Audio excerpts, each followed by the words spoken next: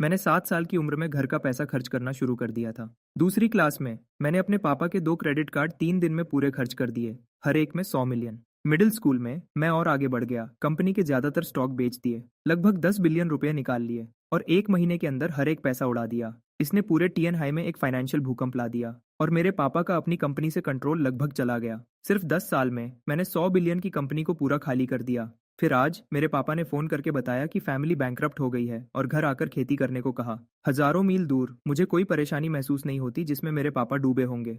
Bankrupt होने की खबर दुख या मायूसी नहीं लाती, बस एक लंबी धीमी राहत की सांस। मैंने पूंछ एक तरफ फेंक दिया और बाथरूम के फर्श पर लेट गया बिना किसी फिक्र के। तुम खराब सिस्टम, तुमने सब सुन लिया। मेरी फैमिली का दिवाला निकल गया है। जाओ अपने लिए कोई और होस्ट ढूंढो। जो पैसा मैंने तुम पर खर्च किया उसे कुत्ते का खाना समझ लो। ऐसा मत कहो होस्ट, सिस्टम लगभग पूरा बन गया है, तुम अब छोड़ नहीं सकते। एक मशीन जैसी आवाज चालाकी से भरी मेरे दिमाग में गूंज उठी। जैसे ही मैंने यह सुना मेरा खून खौल उठा। पूरा बन गया? मेरा मजाक उड़ा रहे हो? मैंने तुम पर 10 बिलियन से ज्यादा खर्च किए हैं, एक सुअर भी अब तक बच्चे दे देता। तुम बस मुझसे पैसा लूटते हो। मैं थक गया हूँ। इस सबसे शक्तिशाली मैन्युफैक्चरिंग सिस्टम के लिए मैं हर दिन पैसे के लिए भाग दौड़ करता रहा हूँ। मैंने तो हुआ का नंबर एक फजूल खर्च करने वाला का खिताब भी पा लिया। और किस लिए? सब सोचते हैं कि मैं ऐशो आराम की जिंदगी जी रहा हूँ, लेकिन सच तो सिर्फ ऊपर वाला जानता है। मैं बिना किसी शक के सबसे दुखी अमीर बच्चा हूँ, जबकि दूसरे अमीर बच्चे स्पोर्ट्स कार में घूमते हैं और खूबसूरत लोगों के साथ होते हैं। मैं छोटे मोटे काम करता हूँ सिर्फ खाना खरीदने के लिए, हर दिन बचे खुचे पर जीता हूँ। ये सब बस इतना पैसा जमा करने के लिए ताकि सिस्टम को खिला सकूं। 10 साल हो गए हैं और कोई तरक्की नहीं दिखी। मैं थक गया हूँ। मैं जा रहा हूँ। होस्ट, हम बहुत करीब हैं, बस 2.3 मिलियन और ये हो जाएगा। मुझ पर भरोसा करो, इस खराब सिस्टम ने मुझे इतनी बार ठगा है कि मैं गिन भी नहीं सकता। मेरे प्यारे होस्ट, ये सच में आखिरी ट्रांसफर है। जैसे ही तुम भेजोगे सिस्टम पूरा लोड हो जाएगा। मैंने अपना अकाउंट बैलेंस चेक किया, घर की फ्लाइट का पैसा अलग करने के बाद ठीक 2.3 मिलियन बचे हैं। ये खराब सिस्टम मुझे पूरा निचोड़ना चाहता है। बिल्कुल नहीं, अगर मैंने एक और पैसा भेजा तो मैं बेवकूफ़ हूँ केतु। अगर तुम मेरे सामने आयरन मैन सूट के ब्लूप्रिंट्स भी रख दो तो भी मैं एक पैसा ट्रांसफर नहीं करूंगा। मेरा फैसला पक्का है। मेरे मुंह से ये शब्द निकले ही थे कि मेरा चेहरा बदल गया, क्योंकि ठीक उसी वक्त मेरे दिमाग में एक पूरा आर्मर्ड सूट का डिजाइन दिखा। डिजाइन इतना खूबसूरत था कि सांस रुक गई। मेरा दिल तेजी से धड़कने लगा। मुझे लगा मैं खुद पर कंट्रोल खो रहा हूँ। कौन सा आदमी इसको मना कर सकता है? होस्ट, मैं तुमसे झूठ नहीं बोल रहा, लेकिन तुम्हारी अभी की स्किल से तुम ये नहीं कर सकते। ब्लूप्रिंट्स होने के बाद भी तुम इसे बना नहीं पाओगे, इसलिए तुम्हें मेरी जरूरत है। मुझ पर भरोसा करो, बस 2.3 मिलियन और सबसे शक्तिशाली मैन्युफैक्चरिंग सिस्टम तुम्हारा होगा। मैंने मुश्किल से घूंट भरा। मजबूत रहो, यह एक जाल है, मुझे रुकना होगा। ठीक है, ट्रांसफर कर दो। मैं मान गया। 1 सेकंड बाद बैंक की नोटिफिकेशन आई। मैं गिनना भूल गया हूँ कि कितनी बार मैं पूरा खाली हो चुका हूँ। मैंने खुद को झाड़ा, खड़ा हुआ और एक लंबी सांस ली। जो भी हो, इतनी बार ठगे जाने के बाद एक और क्या फर्क पड़ेगा।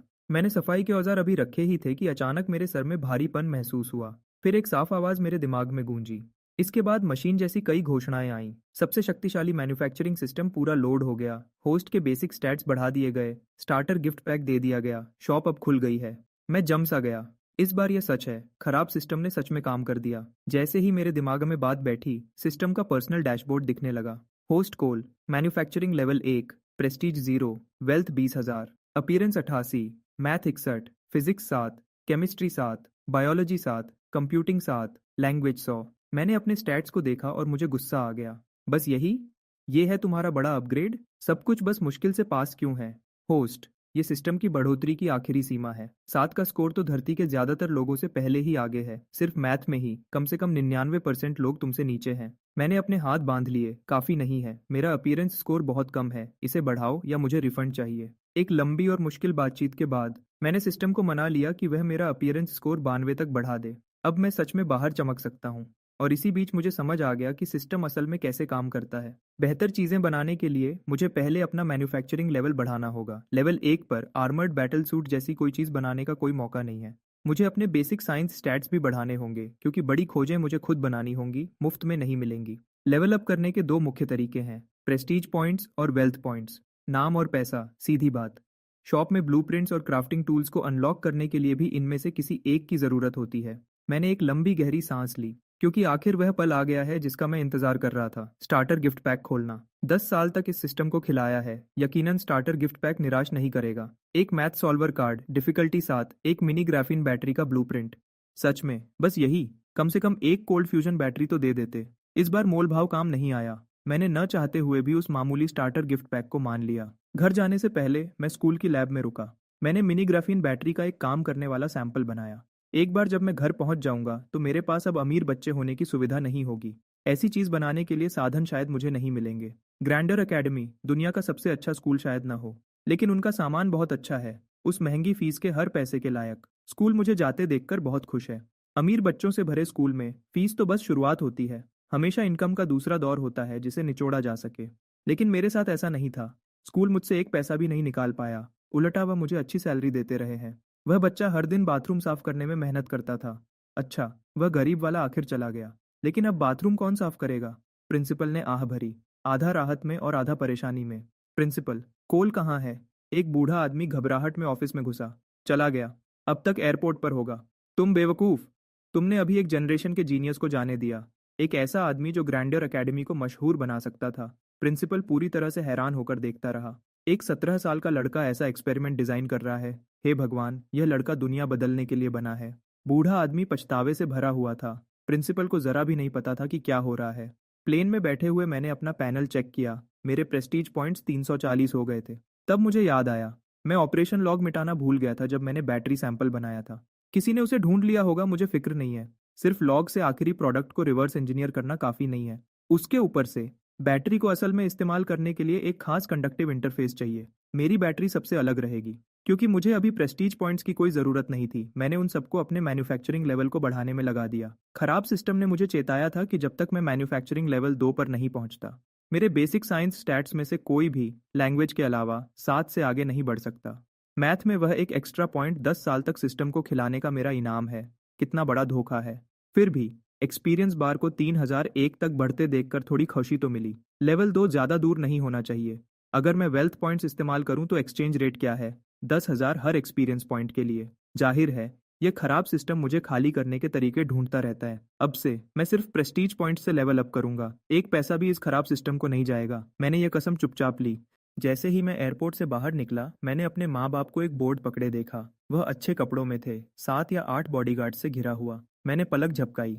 लग्जरी कार, पूरी सिक्योरिटी। क्या ये सच में बैंकरप्ट लोग हैं? कुछ तो गड़बड़ है। जैसे ही मैं उनके पास गया, लिली ने मुझे जोर से गले लगा लिया। मुझे बहुत अफसोस है बेटा, तुम्हें इतने वक्त तक अकेला छोड़ने के लिए। देखो तुम्हें कितने पतले हो गए हो। मैंने तुम्हारे पापा से कहा था कि $8 मिलियन हर महीने काफी नहीं होंगे। ये मेरी गलती है। मुझे तुम्हें अलग से पैसा भेजना चाहिए था। विक्टर की पलक फड़की। ये औरत अब एक मुसीबत खड़ी करने वाली है। क्या तुमने पहले ही काफी नुकसान नहीं कर दिया? माँ, क्या हम बैंकरप्ट नहीं हैं? विक्टर ने मुंह खोला, लेकिन लिली ने पहले ही बात काट दी। तुम्हारे पापा की कंपनी चली गई है। हाँ, लेकिन मेरे पास अभी भी पैसा है, तो तुम फिक्र मत करो। तुम्हें जो भी चाहिए बस बताओ, मैं अभी भेज दूंगी। बढ़िया। खराब सिस्टम ने यह सब जरूर सुन लिया होगा। बस वक्त की बात है जब वह और पैसा मांगने आएगा। जैसे ही मैंने सोचा, एक आवाज आई और मेरे पैनल पर एक नया क्वेस्ट दिखा। कैसा मास्टर क्राफ्ट्समैन है जिसके पास अपनी कंपनी नहीं है? स्टारलाइट टेक्नोलॉजी के इकलौते वारिस के रूप में इसे वापस जिंदा करना तुम्हारा फर्ज है। क्वेस्ट: स्टारलाइट टेक्नोलॉजी के सारे कर्ज चुकाओ, पूरे ऑपरेशंस वापस शुरू करो और बिजनेस को फिर से शुरू करो। इनाम: 900 प्रेस्टीज पॉइंट्स, एक चार्म पॉइंट और एक फ्री शॉप ड्रॉ। मैंने चैन की सांस ली। ये अभी भी पैसे से जुड़ा क्वेस्ट है, लेकिन कम से कम इस बार ये सिस्टम की जेब में नहीं जा रहा। पापा, क्या सच में कंपनी को बचाया नहीं जा सकता?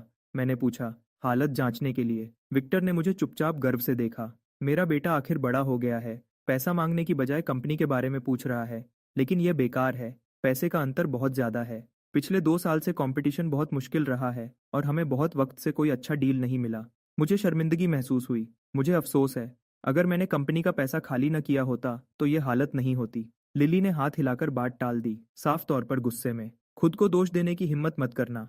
तो क्या हुआ अगर तुमने कुछ पैसा खर्च कर दिया?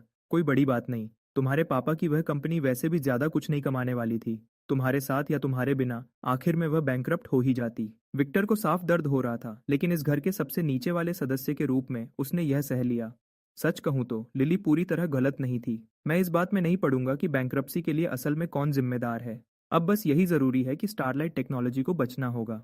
माँ, तुम्हारे पास कितना पैसा है? जितना लिली अपने बेटे से प्यार करती थी, बिना किसी शर्त के, हर तरह से। उन शब्दों ने उसके दिल को झटका दिया। मेरा ये प्यारा बेटा अपने पापा को बर्बाद करने के बाद अब अपनी माँ के पीछे पड़ गया है। कैश में ज्यादा नहीं है, लेकिन मेरे पास जमीन जायदाद, स्टॉक्स और ऐसी चीजें हैं। इसमें से कुछ भी तुम्हारे पापा की कंपनी से जुड़ा नहीं है। ये सब तुम्हारा है। माँ, मैं स्टारलाइट टेक्नोलॉजी को वापस लाना चाहता हूँ। क्या तुम्हारे पास उसके लिए काफ़ी पैसा है? लिली हैरानी से देखती रही, कुछ बोल नहीं पाई। विक्टर को ठंडा पसीना आ गया। विक्टर ने मुश्किल से अपना नुकसान कम किया था और जो थोड़ा बहुत बचा था उसे बचाया था। फैमिली के लिए आखिरी सहारा जमा कर रहा था और अब यह बच्चा सब कुछ बर्बाद करना चाहता है। विक्टर ने गला साफ किया। बेटा, कंपनी का काम मुझ पर छोड़ दो। तुम अभी छोटे हो, स्कूल पर ध्यान दो। मैं तुम्हें कुछ दिन में नया स्कूल ढूंढ दूंगा। 2 साल चुपचाप पढ़ाई करो। मैं ये सब नहीं सुनूंगा। मैंने लिली के गले में हाथ डाले और मिन्नत की। माँ, मुझ पर भरोसा करो। मुझे पैसा दो और मैं स्टारलाइट टेक्नोलॉजी को वापस लाऊंगा। अगर मैं इसे नीचे गिरा सकता हूँ तो मैं इसे वापस ऊपर भी ला सकता हूँ। विक्टर का चेहरा पूरी मायूसी से भर गया। सब खत्म हो गया। उसका ये बेवकूफ़ बेटा रुक ही नहीं सकता। जिंदगी बहुत बहुत लंबी लग रही है। मैंने लिली का फ़ोन लिया और तुरंत उसकी जायदाद देखने लगा। मुझे नहीं पता कि ये काफ़ी होगा या नहीं स्टारलाइट टेक्नोलॉजी को बचाने के लिए। पापा, लगभग कितने की बात कर रहे हैं हम? विक्टर का चेहरा राख जैसा सफ़ेद हो गया। खामोशी। उसने जवाब देने से मना कर दिया। लिली ने घूंट भरा। बेटा, परसों कोर्ट जगह को सील करने आ रहा है। तुम इतने कम वक्त में इतना पैसा जमा नहीं कर सकते। विक्टर तुरंत खुश हो गया। सही, कोई कैश पैसा नहीं है। अगर बच्चा खर्च करना भी चाहे तो नहीं कर सकता। मैं चिंता में पड़ गया। बैंक लोन का क्या? लिली का चेहरा अजीब हो गया। उसे समझ नहीं आया कि क्या जवाब दे। विक्टर थोड़ा हंसा। बेटा, क्या तुम्हें सच में लगता है कि बैंक हमें कुछ देगा? बैंक ही हमारा सबसे बड़ा कर्जदाता है। हमारा नाम काट दिया गया है। तुम्हें पता है मैंने कितनी मेहनत की थी इतना सब बचाने के लिए। मैंने लंबी सांस ली और जल्दी से चीजें बेचने का तरीका सोचने लगा। हम घर नहीं जा रहे क्या? मैंने अचानक देखा कि हम बिल्कुल गलत रास्ते पर जा रहे हैं। आज स्टेला का 17वां जन्मदिन है। हम उनके घर जा रहे हैं मुफ्त खाना खाने। लिली ने बताया। मैं अभी घर आया था और हम अभी से दिवालिया होने और पार्टी की बातें कर रहे हैं। कंपनी के बंद होने से लिली डर गई है। उसने सोचा है कि अब खर्च कम करना पड़ेगा। मुफ्त खाना तो मुफ्त खाना ही होता है। स्टेला, मेरी आंखें बड़ी हो गईं। ऐसा नहीं हो सकता। पहले दिन वापस आया हूं और अभी से उससे मिलना पड़ेगा। विक्टर ने सर हिलाया। हाँ, सच में कितनी शर्म की बात है। पहले मैंने उसके पापा को शराब पिलाई थी और एक शादी का कॉन्ट्रैक्ट साइन करवा लिया था। फिर मैंने वह चीज़ खो दी और अब हमारी हालत ऐसी है कि हम उनके दरवाजे पर जा भी नहीं सकते। लिली ने नाउम्मीदी से अपना सर हिलाया। इतनी ज़रूरी चीज़ कोई कैसे खो सकता है? स्टेला एकदम परफेक्ट बहू होती और तुमने उसे ऐसे ही घंवा दिया।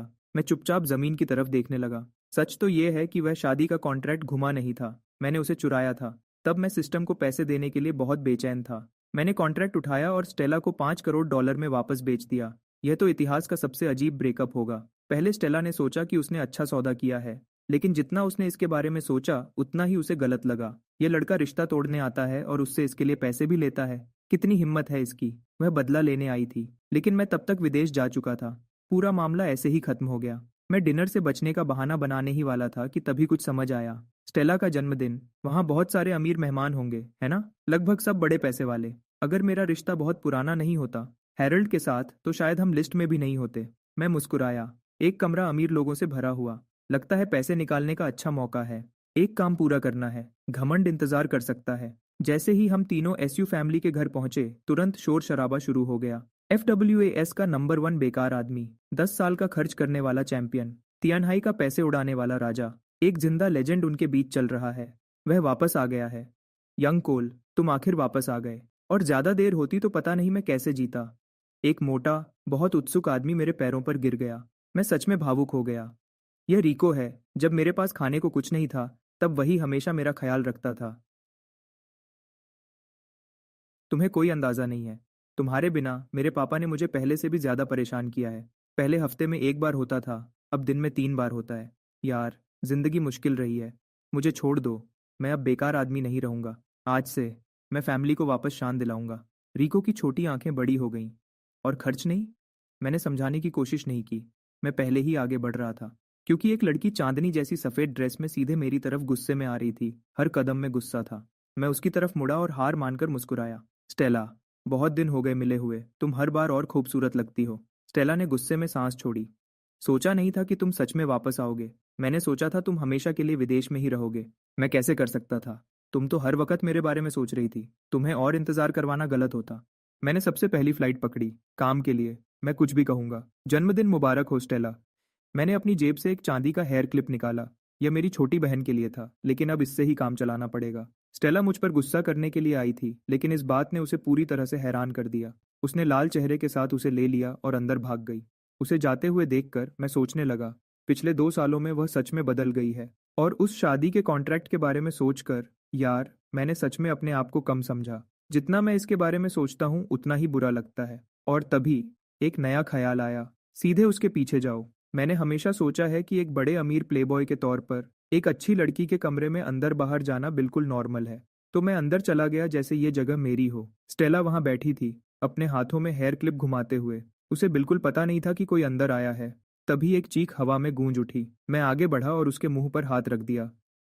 चिल्लाओ मत, मैं यहाँ परेशानी खड़ी करने नहीं आया हूँ। मुझे ये बिल्कुल नहीं चाहिए कि नीचे वाले सब ऊपर भाग कर आ जाएं। तुम क्या कर रहे हो? उसका चेहरा लाल हो रहा था। उसकी जिंदगी में किसी भी चीज ने उसे इसके लिए तैयार नहीं किया था। धीरे से मैंने अपना हाथ छोड़ा।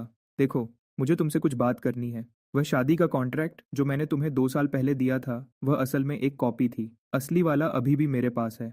जिन वजहों को वह बता नहीं सकती थी, उनसे स्टेला का दिल तेजी से धड़क रहा था। उसके पापा, सच में। थोड़ी सी शराब पीकर उसने अपनी बेटी की जिंदगी इस बेकार आदमी के नाम कर दी। लेकिन तब उसने सोचा, रुको, क्या वह और अच्छा दिखने लगा है? तो यह है डील।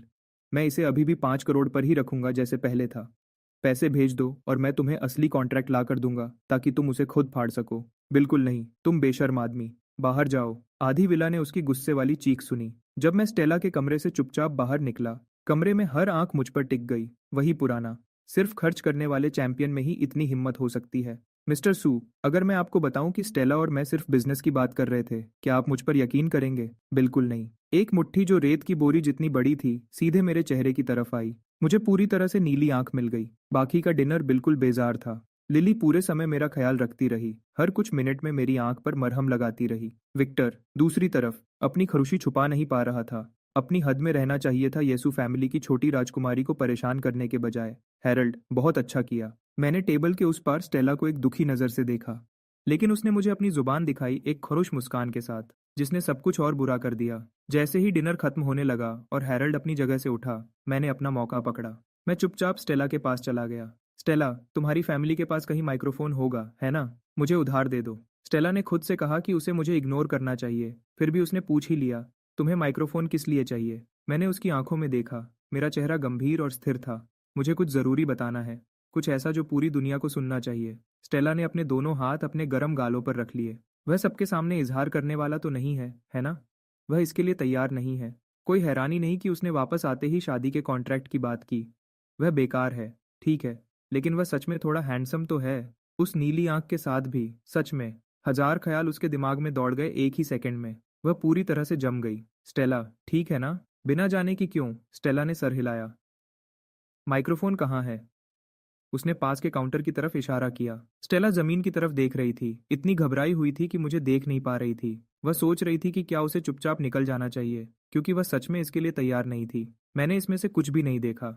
मैंने माइक्रोफोन पकड़ा, गला साफ किया और बिना हिचकिचाए बोला, देवियों और सज्जनों, नमस्ते। जैसे ही मेरी आवाज कमरे में गूंजी, हर सर मेरी तरफ घूम गया। हैरल्ड वापस विक्टर के बगल में अपनी जगह पर बैठ गया। विक्टर और लिली को घूर रहा था, एक बहुत उलझे हुए चेहरे के साथ।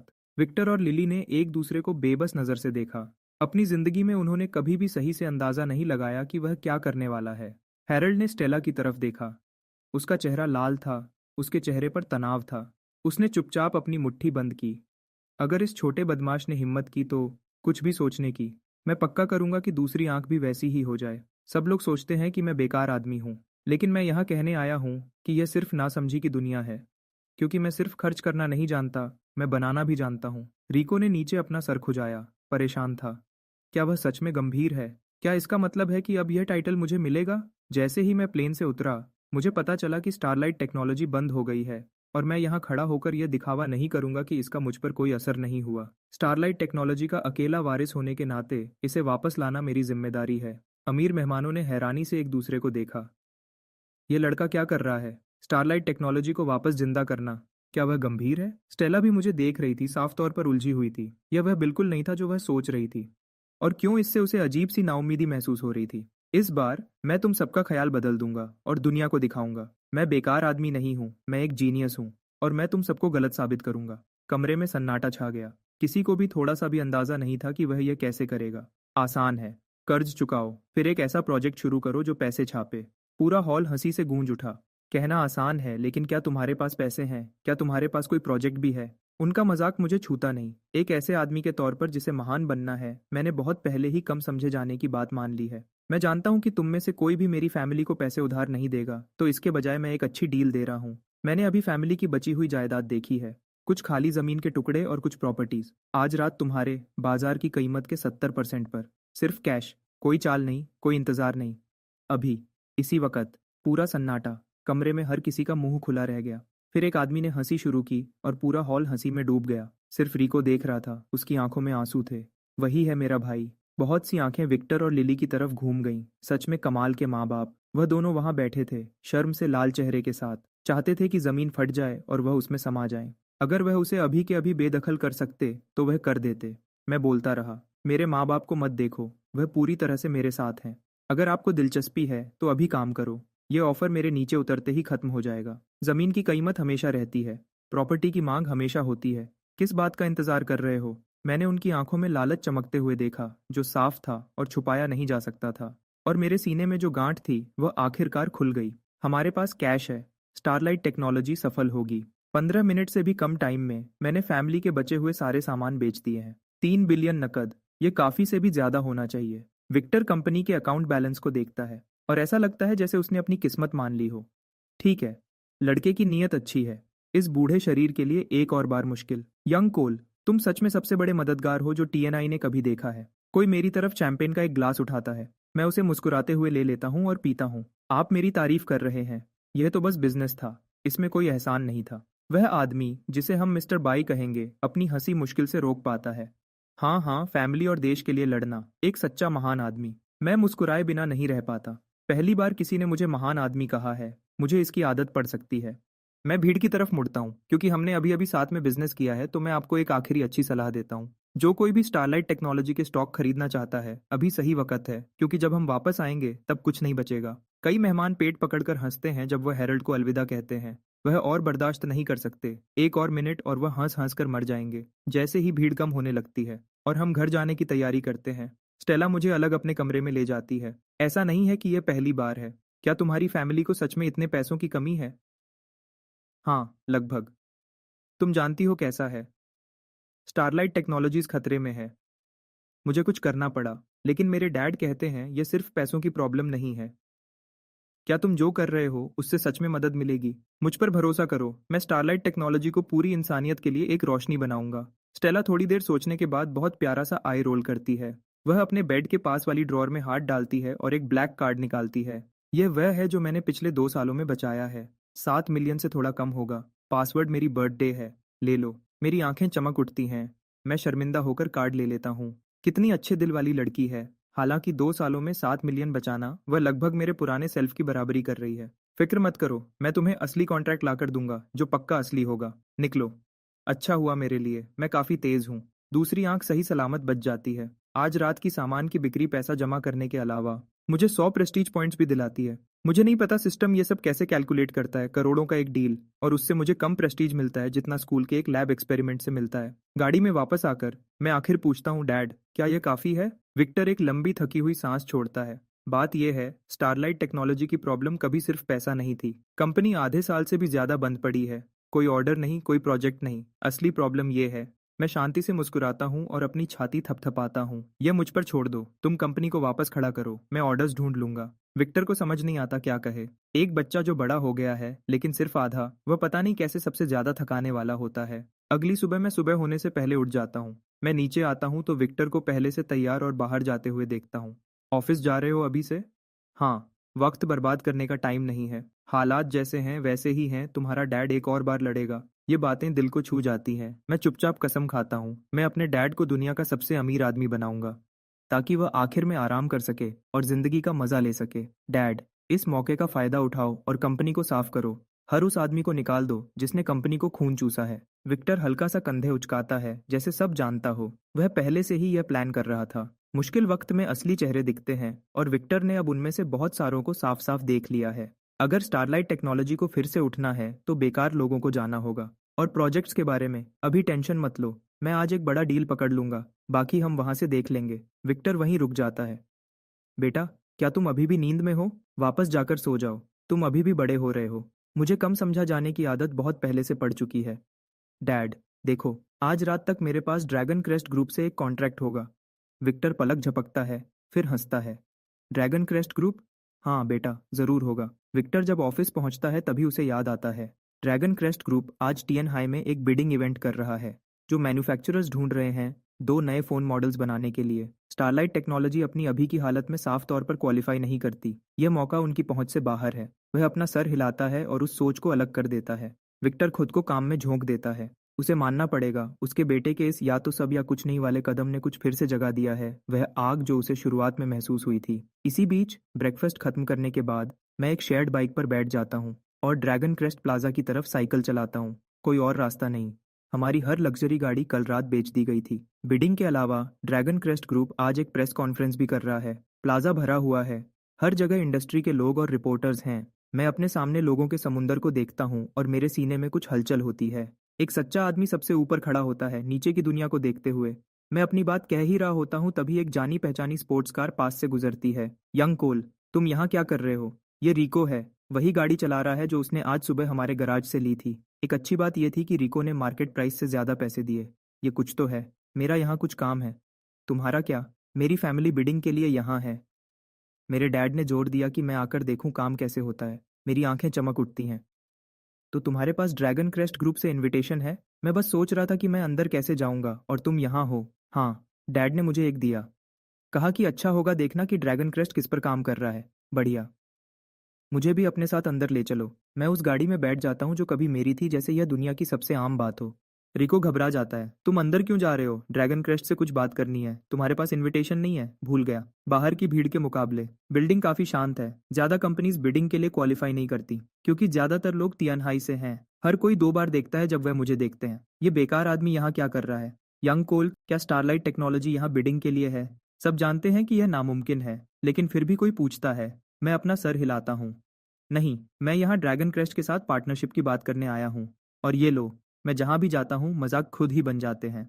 कैसी पार्टनरशिप? यंग कोल, साथ में एक नया फोन बना रहे हो? वीरा अंदर आती है, बिगड़े हुए माहौल को देखती है और हल्की सी नाक सिकोड़ती है। ये टीएनआई कंपनीज बिल्कुल अच्छी नहीं है। मैंने आपके सारे प्रपोजल्स देख लिए हैं। हमारे सीईओ को हेडक्वार्टर्स वापस जाना पड़ा है क्योंकि मुझे अभी प्रेस कॉन्फ्रेंस होस्ट करनी है। हर कंपनी के पास 3 मिनट हैं अपनी बात रखने के लिए। वक्त बर्बाद नहीं करते। वेरा बहुत तेज काम करती है। वह बैठते ही सीधे काम पर आ जाती है। जैसे ही मैं वेरा को देखता हूँ मुझे थोड़ी राहत मिलती है। कोई जिसे मैं सच में जानता हूँ। आज मेरा लकी डे होना चाहिए। वेरा भी मुझे देख लेती है। वह मेरी मौजूदगी से साफ तौर पर हैरान है लेकिन कुछ नहीं कहती। वह अभी मुझसे बात करने के लिए बहुत बिजी है। आधे घंटे बाद वेरा अपनी नोटबुक बंद करती है। हम आपको अपने फैसले के बारे में बता देंगे।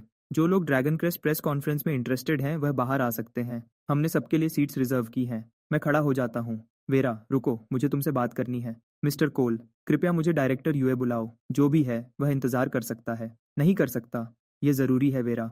मेरे पास तुम्हें दिखाने के लिए कुछ कमाल का है। कमरा शांत हो जाता है। सबके मन में एक ही बात आती है। आम बात है।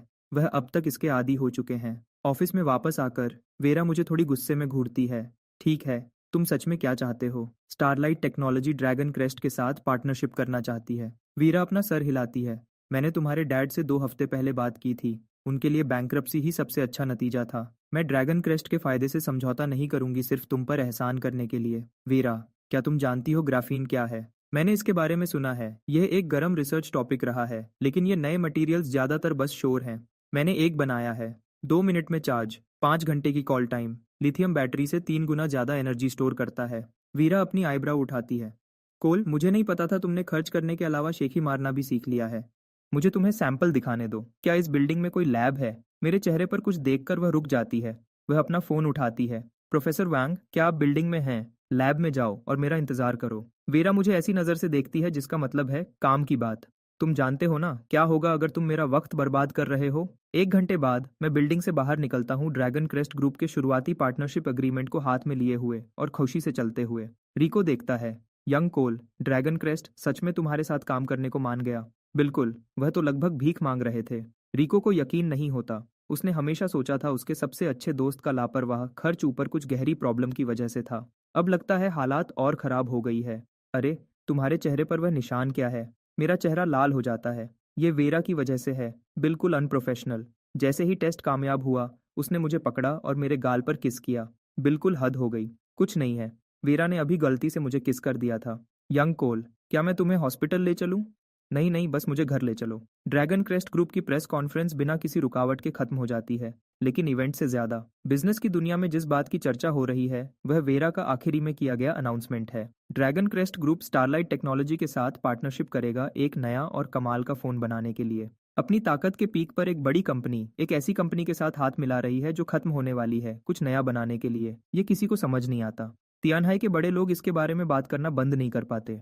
विक्टर को इसके बारे में तब पता चलता है जब शेयर होल्डर्स की एक भीड़ उसके ऑफिस में घुस आती है उसे बधाई देने के लिए। विक्टर, तुम कितने चालाक हो, हमें पता ही नहीं था तुमने ये छुपा रखा था। विक्टर, इतने सालों से तुमने एक शब्द भी नहीं कहा। ड्रैगन क्रेस्ट तुम्हारे साथ है, हम पहले से भी ज्यादा मजबूत होकर वापस आएंगे। विक्टर, बस बोलो, हम तुम्हारे साथ हैं, जो भी चाहिए। विक्टर को कुछ समझ नहीं आता क्या कहे।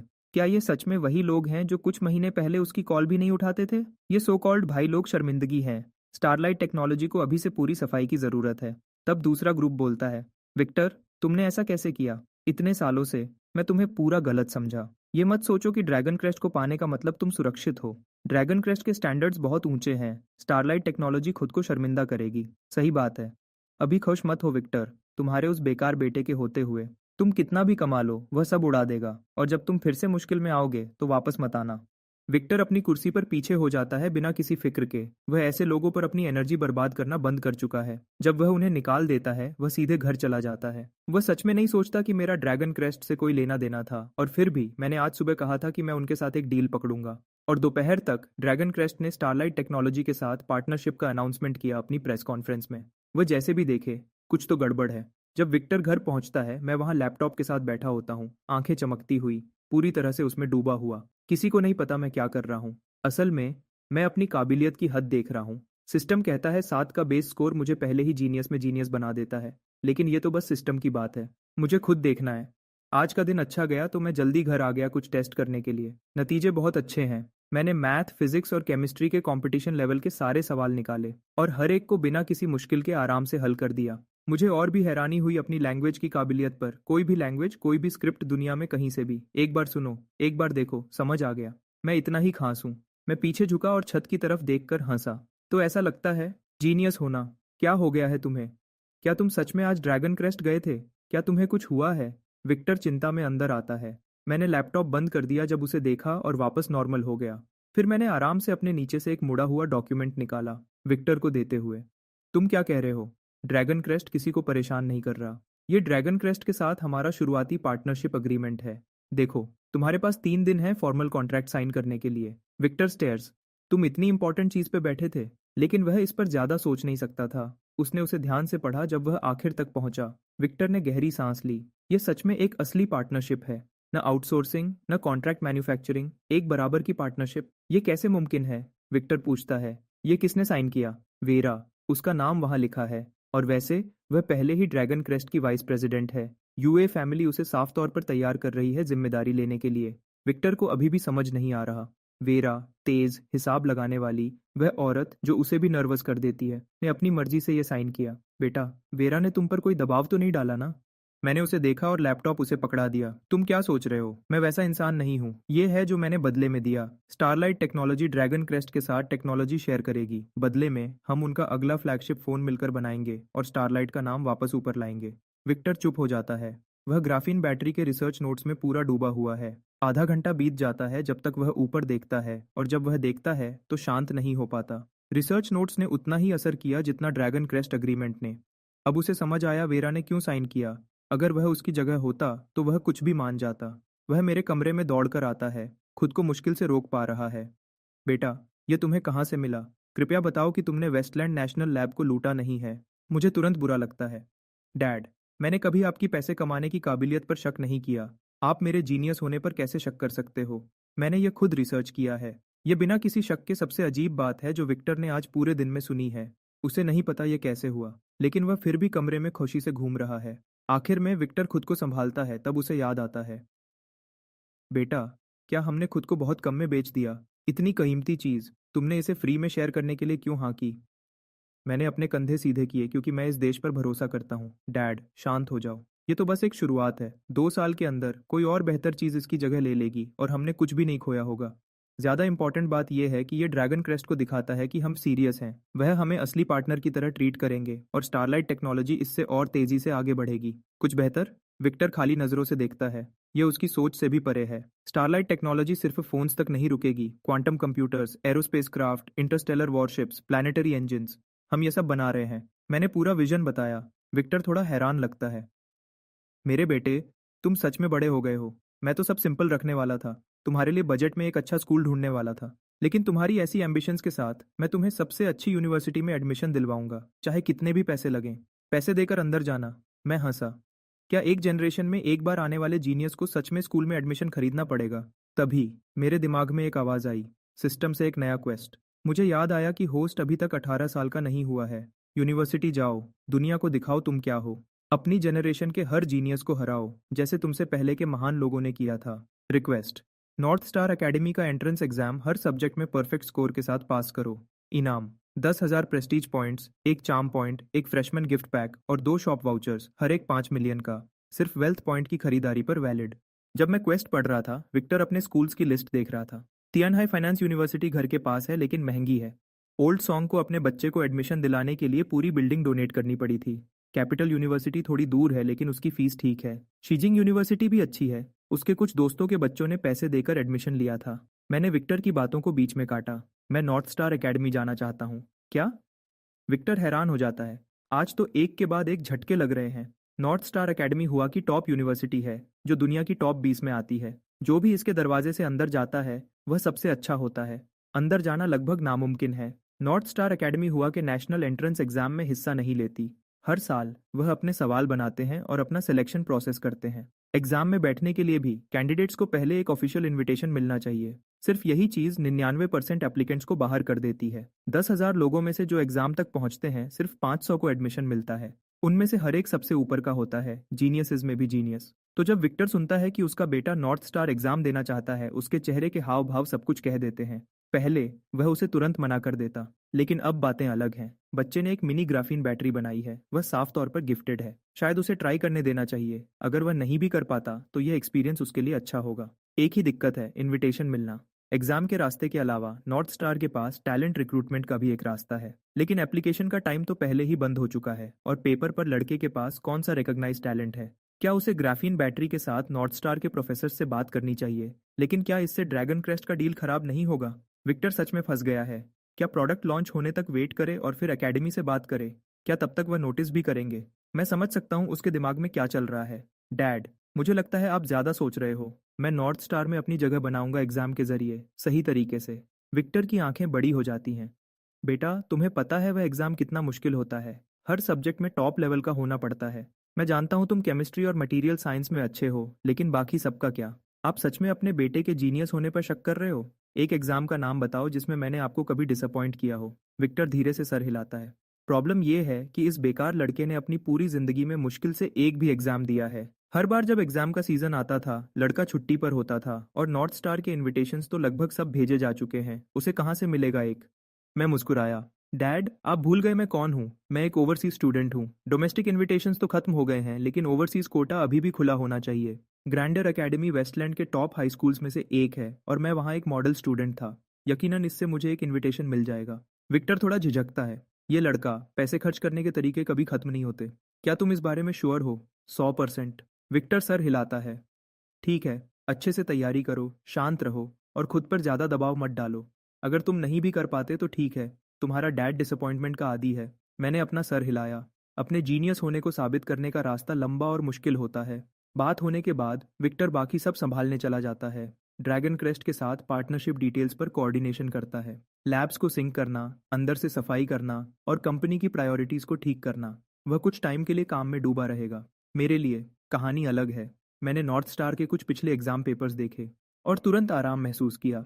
यह सवाल देश के सबसे अच्छे दिमाग वालों को छानने के लिए होते हैं। आगे के समय में मैं बिजी रहा। मैंने हैकिंग की दुनिया में लगभग रातों रात अपना नाम बना लिया, लेकिन क्योंकि मैं अपना असली नाम यूज नहीं कर रहा, तो इससे कोई प्रेस्टीज पॉइंट्स नहीं मिलते। वैसे भी मैं ये प्रेस्टीज के लिए नहीं कर रहा, मुझे कैश चाहिए।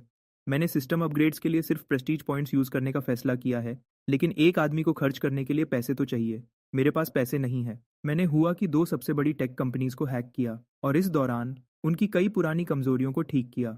Total commission $20 million. मैं अब दोनों कंपनीज के लिए सिक्योरिटी कंसल्टेंट के तौर पर काम करता हूँ। ये टेक जायंट्स के पास बहुत पैसे हैं। हैरानी नहीं कि सब टेक में जाना चाहते हैं। ये कहानी हैकिंग कम्युनिटी में तेजी से फैल गई। हर जगह के बड़े हैकर्स मुझे लेजेंड कह रहे हैं और मुझे प्यार से डॉग गॉड का टाइटल दे रहे हैं। लिली मुझे हर दिन घर पर देखती है और उसकी चिंता बढ़ती जाती है। वह उनके पैसे नहीं लेगा, वह बस लैपटॉप के साथ बैठा रहता है। क्या ये सच में उनका बेटा है? मैंने एक्सप्लेन करने की ज़रूरत नहीं समझी। विक्टर की बात करें तो वह इतना बिजी है कि मुश्किल से सोता है। उसके पास मुझे चेक करने का टाइम नहीं है, चाहे वह चाहता भी हो। आखिर में नॉर्थ स्टार एकेडमी एग्जाम का दिन आ गया। मैंने 2 पेन लिए, एक शेयर्ड बाइक पर चढ़ गया और एग्जाम सेंटर पर जल्दी पहुंच गया। एडमिशन के अनाउंसमेंट के मुताबिक ओवरसीज कोटा को मिलाकर नॉर्थ स्टार एकेडमी ने इस साल टियानहाई में कुल 300 इनविटेशंस भेजे थे। लेकिन जब मैं टियानहाई हाई स्कूल पहुंचा, जो शहर का एक इकलौता एग्जाम सेंटर था, भीड़ बहुत ज़्यादा थी। 300 लोग नहीं बल्कि आराम से 3000 से ज़्यादा लोग थे। और उसके ऊपर से तियनहाई हाई स्कूल में क्लासेस भी चल रही थी। मैं हैरानी से पलक झपकाया। थोड़ी देर बाद मैं सड़क के किनारे रिको से मिला और उसने सब कुछ क्लियर किया। यंग कोल, मैंने सुना तुम नॉर्थ स्टार के लिए जा रहे थे। सोचा नहीं था तुम सीरियस होगे। तुम हमेशा इतने क्रिएटिव तरीके कैसे ढूंढ लेते हो अपनी जिंदगी बर्बाद करने के? मैंने आसमान की तरफ देखा और लंबी सांस ली। 10 साल तक बेकार समझा जाना, ये एक रात में नहीं बदलता। मैंने एक्सप्लेनेशन नहीं दी। तुम्हारा क्या, एग्जाम देने आए हो? रिको अपना सर हिलाता है। मैं? बिल्कुल नहीं, मैं तो बस थोड़ी एनर्जी लेने आया हूँ। मेरे डैड कहते हैं कि आज यहाँ हर कोई एग्जाम गॉड्स में भी एग्जाम गॉड है। शायद थोड़ी सी किस्मत मुझ पर भी लग जाए मेरे अगले महीने के टेस्ट से पहले। अच्छी सोच है, लेकिन इतने सारे लोग एक ही किस्मत लेने की कोशिश कर रहे हैं। 300 लोगों के लिए यह ज्यादा नहीं होगा। रिको मुंह बनाता है। तुम काउंट नहीं होते यंग कोल। मेरी किस्मत ही खराब है। पहला इंसान जिससे मैं मिला। लगता है आज मुझे कुछ नहीं मिलेगा। ओह वैसे, मेरी फैमिली को ड्रैगन क्रेस्ट से एक मैन्युफैक्चरिंग कॉन्ट्रैक्ट मिला है। लगता है आगे हम स्टारलाइट टेक्नोलॉजी के साथ मिलकर काम करेंगे। ऐसा है क्या? बधाई हो। रिको उतना खुश नहीं लगता जितना सोचा था। सच में यंग कोल, स्टारलाइट टेक्नोलॉजी को ड्रैगन क्रेस्ट कैसे मिला? ये अभी बिजनेस की दुनिया का सबसे बड़ा राज है। लैंड का क्या मतलब? ड्रैगन क्रेस्ट हमारे पास आया। स्टारलाइट टेक्नोलॉजी की काबिलियत तुम्हारी सोच से भी ज्यादा है। रिको को यकीन नहीं होता। उसने अपनी आवाज़ धीमी की। क्या तुमने सुना लोग क्या कह रहे हैं? बात यह है कि वेरा को तुम पसंद हो, कि तुमने 7 दिन और 7 रातें उसके साथ बिताई अपना नाम साफ करने के लिए, और ड्रैगन क्रेस्ट ने फेवर के तौर पर हेल्प की। मैं गुस्से में बोला, ये कचरा कौन फैला रहा है? क्या मैं वैसा इंसान लगता हूँ? मैं अपनी इज्जत बेचने से पहले अपनी रूह बेच दूंगा। मैं तुम पर यकीन करता हूँ यार, बिल्कुल करता हूँ। लेकिन तुम हाल ही में बिल्कुल गायब थे, और तुम्हें मानना पड़ेगा तुम्हारा चेहरा कुछ ऐसा है जो अमीर लोगों को अट्रैक्ट करता है। सच है। हुआ का नंबर एक बेकार होने के अलावा मैं अमीर औरतों की सबसे पसंदीदा लिस्ट में भी हमेशा रहा हूँ। और अब जब सिस्टम ने मेरा चार्म स्टेट बढ़ा दिया है तो ये और भी बुरा है। रिको भी सोचता है मैं हैंडसम हूँ। मुझे रोना आ रहा है। मैं घर पर पैसे कमा रहा था। रिको बहुत हमदर्दी से मेरा कंधा थपथपाता है। मैं समझ गया यार, पैसे कमाना, तुम बहुत मेहनत करते हो। मुझे सच में अपने खर्चों पे ज़्यादा ध्यान देना चाहिए। मैं तुम्हारी तरह नहीं बन सकता। चले जाओ। मैंने उसे एक किक मारी और अंदर चला गया। बस हो गया मेरा। मैं स्कूल के अंदर गया एग्जाम हॉल ढूंढने के लिए। एग्जाम रूम के बाहर मैं एक और जानी पहचानी शक्ल स्टेला से मिला। मेरे जैसा नहीं, स्टेला ने आखिरी मिनट में अपने इनविटेशन के लिए भाग दौड़ नहीं की। वह अपनी पूरी जिंदगी टॉप स्टूडेंट रही है, ऐसी बच्ची जिसे हर माँ बाप मिसाल के तौर पर दिखाते हैं। जब वह मुझे देखती है उसके चेहरे पर कई भाव आते हैं, पहले खनुश, फिर गुस्सा, फिर चुपचाप नाराज, और आखिर में एक बेचारी सी सांस। इतने सारे फीलिंग्स एक साथ। मैं इन सबसे बिल्कुल अनजान हूँ। मैं मुस्कुराते हुए उसके पास गया। स्टेला, तैयारी कैसी चल रही है? तुम्हारे रिकॉर्ड के हिसाब से मुझे लगता है तुम्हें चिंता करने की कोई ज़रूरत नहीं है। 6 साल बाद और लगता है हम फिर से क्लासमेट्स बनेंगे। चिंता मत करो। मैंने शायद एलिमेंट्री स्कूल में तुम्हें परेशान किया होगा, लेकिन यूनिवर्सिटी में मैं तुम्हारा साथ दूंगा। स्टेला को खुद नहीं पता वह किस बात पर गुस्सा है। उसकी अकड़, उसका बेपरवाह रवैया, या वह अफवाहें। उसने अपना पैर पटका। फिर वह मुड़ती है और एग्जाम हॉल में चली जाती है। दरवाजे पर रुककर पीछे देखती है। अपना बेस्ट दो। इसे अगले महीने के नेशनल एग्जाम के लिए प्रैक्टिस समझो। नॉर्थ स्टार सिलेक्शन एग्जाम के बाद बाकी सबके लिए रेगुलर नेशनल एंट्रेंस एग्जाम आता है। हाँ, औरतें सच में मुझे कम आंकती हैं। जब हम यूनिवर्सिटी में होंगे और तुम्हें कोई प्रॉब्लम समझ नहीं आएगी तो मेरे पास रोने मत आना। जब तक तुम्हारे पास 10 या 20 मिलियन रेडी ना हो तब तक हम बात नहीं कर सकते। कोल, क्या तुम एक बार सीरियस हो सकते हो? नेशनल एग्जाम अगले हफ्ते है। क्या तुम अभी भी योंडू में पढ़ना नहीं चाहते? मुझे फिर से उसे घूरते हुए देखकर पढ़ाई करने की बजाय, और सामने के काम पर बिल्कुल ध्यान नहीं था। स्टेला परेशान भी है और शर्मा भी रही है। लड़के हमेशा ऐसे ही क्यों होते हैं? अगर तुम ऐसे ही देखते रहना चाहते हो तो अभी से मेहनत करना शुरू कर दो, वरना हम साथ कैसे रह पाएंगे? मैंने अपने होंठ के किनारे को पोंछा। मैं सच कह रहा हूँ स्टेला, तुम बहुत खूबसूरत हो। मैं थोड़ा सा भटक गया था। स्टेला ने अपना सिर हिलाया। इस लड़के का कुछ नहीं हो सकता। अगर तुम्हें योंदू में एडमिशन नहीं मिला तो मैं तुमसे बात करना बंद कर दूंगी। हम एक दूसरे से मुश्किल से मिल पाएंगे। मैंने तुम्हारा हाथ पकड़ा। शांत हो जाओ। नॉर्थ स्टार कल रिजल्ट्स निकालेगा। तुम देखना, मैं तुम्हारे साथ ही नॉर्थ स्टार में रहूंगा। मैं क्या पढ़ूं? शायद मैं तुम्हारे साथ मेडिकल स्कूल में आ जाऊंगा। इस तरह मैं तुम पर नजर रख सकूंगा और यह भी देखूंगा कि कोई बेवकूफ लोग तुम्हारे पीछे न पड़ें। स्टेला गुस्से से भर गई। कोल, मैंने तुमसे कहा है, सपने देखना बंद करो और सच्चाई देखो। एक खूबसूरत लड़की गुस्से में भी खूबसूरत लगती है। अब भी कमाल की है। भगवान ने स्टेला को सच में बहुत अच्छा बनाया है, जबकि वह दोनों एग्जाम की तैयारी में पूरी तरह डूबे हुए हैं। नॉर्थ स्टार एकेडमी के ऑनलाइन फोरम पर कल के रिजल्ट्स के बारे में बहुत चर्चा हो रही है। जब से एग्जाम खत्म हुआ है, नॉर्थ स्टार में एडमिशन को लेकर चर्चा ठंडी नहीं हुई है। इस साल के पेपर को एग्जाम के इतिहास का सबसे मुश्किल पेपर कहा जा रहा है। यहाँ तक कि दूसरे और तीसरे साल के नॉर्थ स्टार के स्टूडेंट्स को भी समय सीमा में सारे सवाल हल करने में मुश्किल हुई। बहुत से लोग सोच रहे हैं कि इस साल सिर्फ पास होना ही एडमिशन के लिए काफी होगा। पिछले सालों में कम से कम 70% या उससे ज्यादा नंबर आने चाहिए थे, क्योंकि अप्लाई करने वाले पूरे देश के सबसे अच्छे स्टूडेंट्स होते हैं। इस साल 70% नंबर लाना टॉप 100 में आने के लिए काफी हो सकता है।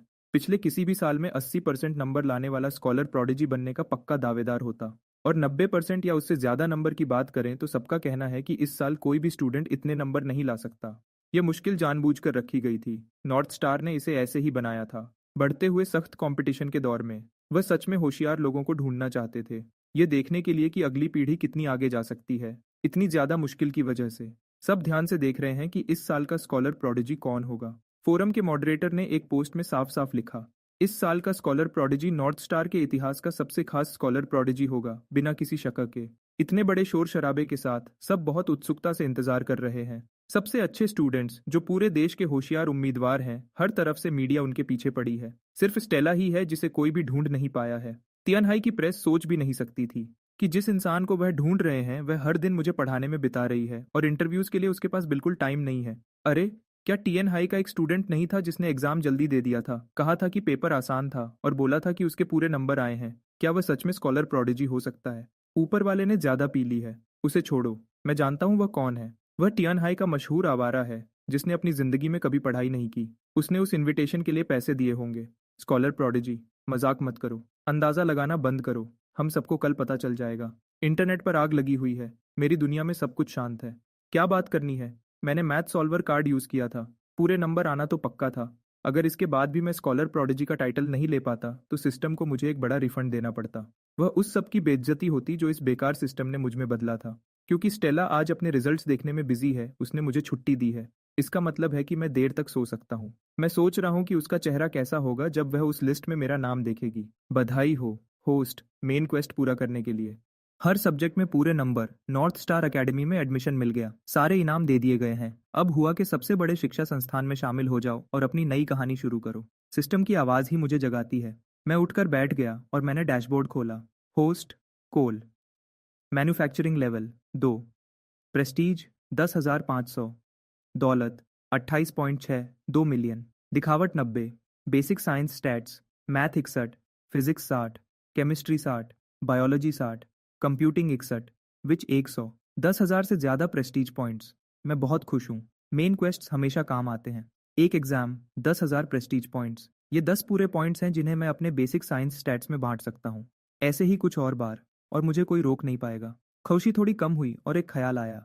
इतने ज्यादा प्रेस्टीज पॉइंट्स हमेशा ध्यान खींचते हैं और पूरे नंबर लाने वाला स्कॉलर प्रोडिजी हमेशा सबसे बड़ा शकी होता है। मुझे आगे क्या होगा उसके लिए तैयारी करनी पड़ेगी। मैं नीचे भागा। लिली लंच बना रही है। पापा कहाँ हैं? ऑफिस में हैं। क्या हुआ? लिली ने हैरानी से पलक झपकाई। मैं उन्हें खुद फोन करता हूँ। रिपोर्टर्स की भीड़ आज ऑफिस में मुझे ढूंढते हुए आ सकती है। उन्हें सिक्योरिटी को तैयार रखना होगा और शायद यहाँ भी लोग आ सकते हैं। किसी को बिल्डिंग की सिक्योरिटी को पहले से बता देना चाहिए। बेटा, ये सब क्या हो रहा है?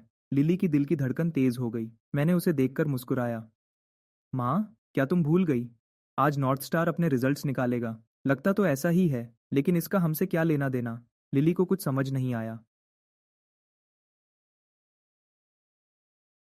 मैंने एग्जाम में पूरे नंबर लाए और टॉप स्कॉलर का टाइटल जीता। मैं मुस्कुराया और बोला, ओह हाँ, मैं जाकर देखता हूँ कि स्टेला ने कैसा किया। मैं तेजी से वापस ऊपर भागा, लिली को वहीं हैरानी में खड़ा छोड़कर। उसका बेटा कोल, नॉर्थ स्टार एकेडमी में पूरे नंबर, टॉप स्कॉलर। ये किस तरह का पागलपन वाला मजाक था? स्टेला के घर पर स्टेला उतनी ही हैरान दिख रही थी। वह रिजल्ट्स के अनाउंसमेंट को घूर रही थी और बार बार पलक झपका रही थी। ये कैसे हो सकता है? क्या वह कुछ गलत देख रही थी या नॉर्थ स्टार के सिस्टम ने गलती कर दी थी? पूरे नंबर वाले पेपर की कई बार जांच होती है जिसमें एग्जाम रूम की सर्वेलेंस फुटेज भी शामिल होती है। ऐसा हो ही नहीं सकता था कि यह गलत पढ़ा गया हो। एसयू फैमिली के घर से ज्यादा दूर नहीं, लिन के घर पर आइरिस लिन जमीन पर गिर गई थी। उसका चेहरा पीला पड़ गया था क्योंकि मुझे दी हुई शर्त की याद उसे वापस आ गई। सब खत्म हो गया। मुझे सच में उससे कन्फेस करना पड़ेगा।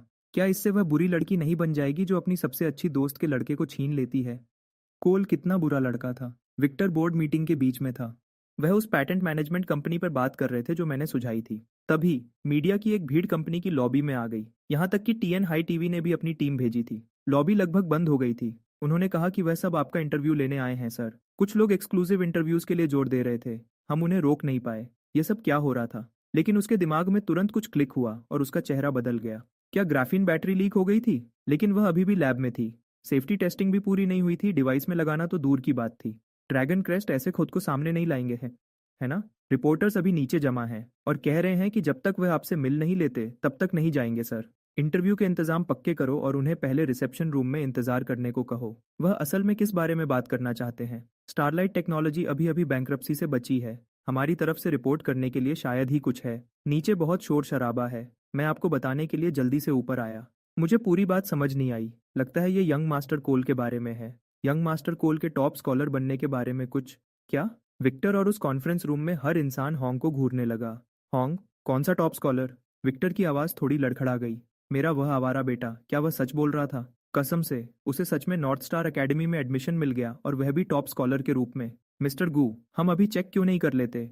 एक यंग मैनेजर पहले ही अपने लैपटॉप पर खोल रहा था। विक्टर स्क्रीन की तरफ भागा। पहला स्थान कोल गू, तियानहाई से 350 पॉइंट्स। मैनेजर ने पूछा, मिस्टर गू, क्या तियानहाई में यंग मास्टर कोल के नाम का कोई और भी है?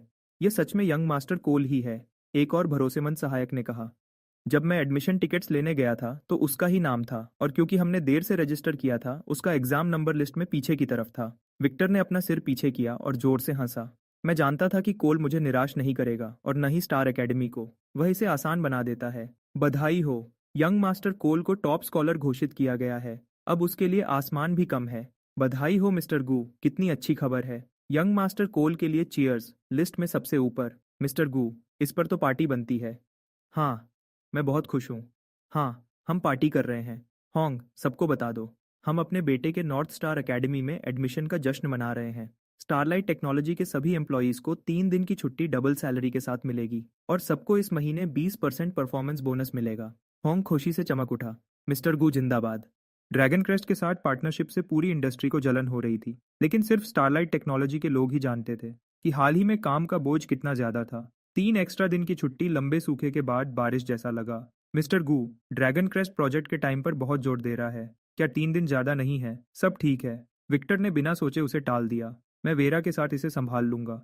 उसने सोचा कि यूए फैमिली के लोग कैसे चेहरे बनाएंगे जब उन्हें पता चलेगा कि कोल को नॉर्थ स्टार एकेडमी में एडमिशन मिल गया है। जीयू फैमिली और यूए फैमिली के बीच के रिश्ते हमेशा लिली की तरफ से ही थे। ज्यादातर यूए फैमिली विक्टर और मुझे एक जैसा नीचा दिखाती थी, खासकर क्योंकि मेरी एक आवारा की पहचान थी। हालांकि वेरा की बात अलग थी। वह औरत सिर्फ चेहरे से जज करती थी। मैं उसके स्टैंडर्ड्स पे खरा उतरा, इसलिए उसे इस बात से कोई फर्क नहीं पड़ता था कि मैं फैमिली का कितना पैसा बर्बाद करता हूँ। फिर भी वेरा हमेशा मुझे पसंद करती थी। तो जब ड्रैगन क्रेस्ट ने स्टारलाइट टेक्नोलॉजी के साथ पार्टनरशिप का ऐलान किया तो जल्दी ही अफवाह उड़ने लगी। लेकिन अगर मैं सच में यूए फैमिली में शादी करना चाहता था तो यूए फैमिली के अपने नियम के हिसाब से यह लगभग नामुमकिन था। खासकर अब यूए फैमिली चुपचाप तैयारी कर रही थी अगली पीढ़ी के वारिस के लिए। ऐसी हालत में मुझ जैसा कोई उनके रेडार पर भी नहीं आता। जाहिर है मैं अब भी वेरा का छुपा हुआ छोटा सा आदमी बन सकता था जब तक मैं कोई हंगामा न करता। जो सबसे बड़े लोग थे वह कभी ऐसे इंतजामों पर ज्यादा ध्यान नहीं देते थे।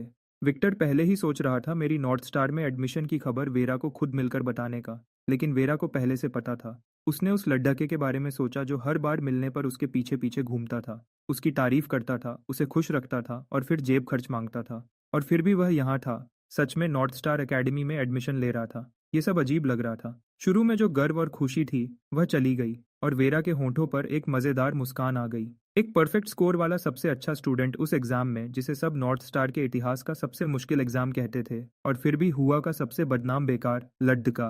ओह छोटे भाई, जब वह तुम्हारी पिछली बातें निकालेंगे तो तुम बहुत बड़ी मुश्किल में पीडीडीएच जाओगे। चीजें बिल्कुल वैसे ही हुई जैसा वेरा ने सोचा था। बस फर्क इतना था कि उल्टा असर ज्यादा तेजी से आया और ज्यादा जोर से लगा। जीयू फैमिली के विला कॉम्प्लेक्स के बाहर एक भीड़ पहले ही जमा हो रही थी। रिपोर्टर्स, क्लासमेट्स, फैमिली वाले, दोस्त और वह स्टूडेंट्स जो नेशनल कॉलेज एंट्रेंस एग्जाम देने वाले थे, उसकी किस्मत का ठोडा असर लेने की उम्मीद में। अगर यह एक अच्छी रेजिडेंशियल एरिया ना होती, प्रोफेशनल सिक्योरिटी स्टाफ और सिस्टम्स के साथ, और मैंने पहले ही गार्ड्स को बता दिया था, तो वह भीड़ सीधे सामने के दरवाजे से अंदर घुस जाती। मैं वह इंसान नहीं था जो लाइमलाइट में आने का मौका छोड़ दे। और छुपना मेरी आदत नहीं थी, वह तो बस बदतमीजी होती। तो मैंने आराम से टाइम लिया अच्छे से साफ होने और कपड़े पहनने में। साफ और स्मार्ट कपड़े पहने। फिर 7 या 8 सिक्योरिटी गार्ड्स को बुलाया और गेट की तरफ चल पड़ा। कोल बाहर आ रहा है। कुछ लड्डुडकियों ने जो मुझे पहचानती थी, हैरान होकर कहा, वाह, ये है वह टॉप स्कॉलर। वह कितना हैंडसम है। ललचाना बंद करो, जैसे उस जैसा अमीर लड्डुडका कभी तुम्हारी तरफ देखेगा। सच है, खबर है उसे पहले ही ड्रैगन क्रेस्ट की छोटी राजकुमारी ने अपना बना लिया है। उफ, अमीर होना कितना अच्छा होता है। मुझे पता ही नहीं था मैंने अभी कुछ और दिल तोड़ दिए थे बिना कोशिश किए। जैसे ही मैं गेट पर पहुंचा, रिपोर्टर्स का एक झुंड माइक्रोफोन्स और रिकॉर्डर्स के साथ आगे बढ़ा जैसे भूखे भेड़िए हों। अगर इलेक्ट्रिक सिक्योरिटी गेट ना होता तो वह मुझे पूरा निगल जाते। कोल, अब जब तुम टॉप स्कॉलर हो, कैसा लग रहा है? एग्जाम बहुत मुश्किल था। तुमने परफेक्ट स्कोर कैसे हासिल किया? हमने सुना है कि तुमने 2 साल हाई स्कूल की पढ़ाई विदेश में की। क्या इससे यह साबित होता है कि विदेशी पढ़ाई बेहतर है? मिस्टर कोल, मैं टीएनयू मीडिया से हूँ। हमारा बॉस आपको पर्सनली जानता है। क्या एक वन ऑन वन इंटरव्यू मिल सकता है? मैंने अपना गला साफ किया और भिड्ड को शांत करने के लिए हाथ उठाया। सब लोग आराम से। कॉम्प्लेक्स के अंदर एक छोटा सा प्लाजा है। मैंने पहले ही बैठने का इंतजाम और रिफ्रेशमेंट्स रखवा दिए हैं। मुझसे जो चाहो पूछो, आराम से। भिड्ड थोड़ी नरम पड़िद गई। कितना अच्छा इंसान है। और वह यहाँ बिना बुलाए आए थे। फिर भी वह उनके बारे में सोच रहा था। क्या शानदार इंसान है। जाहिर है वह बस एक कम्युनिटी प्लाजा था जहाँ कम जगह थी और उसे सेट करने में थोड़ी मेहनत लगी थी। तो जगह कम है, टोटल 25। हर एक के 10,000, एक आउटलेट से ज्यादा 2 लोग। ये बोलकर मैंने एक पेमेंट क्यूआर कोड निकाला। बस इसे स्कैन करो और पे करो। बहुत आसान है। हर रिपोर्टर रुक गया। ये क्या? क्या तुम सच में ऐसा कर सकते हो? क्या ये लड्डका फैमिली का बेकार नहीं था? ये सबसे पैसे कैसे लूट रहा है? मिस्टर कोल, ये थोड़ा ज्यादा नहीं हो गया? मैं मुस्कुराया।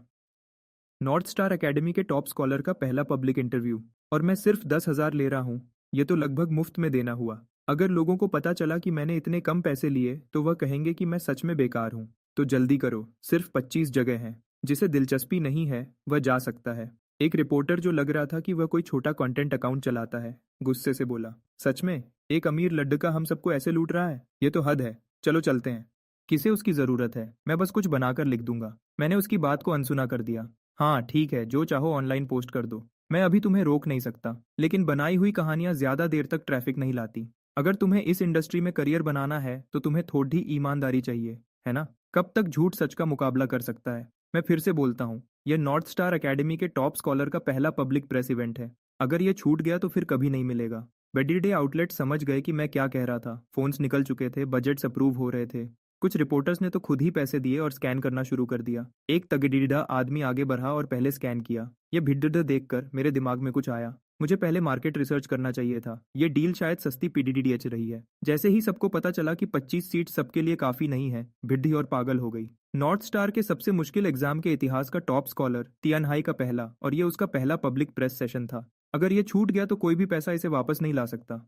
मेरा दिल बैठ गया। बहुत ज्यादा सस्ता नहीं, दाम बढ़ाना पिड़ी देगा। अच्छा हुआ कि मुझे कोई शर्म नहीं थी। मैंने बिना रुके बोलना शुरू किया।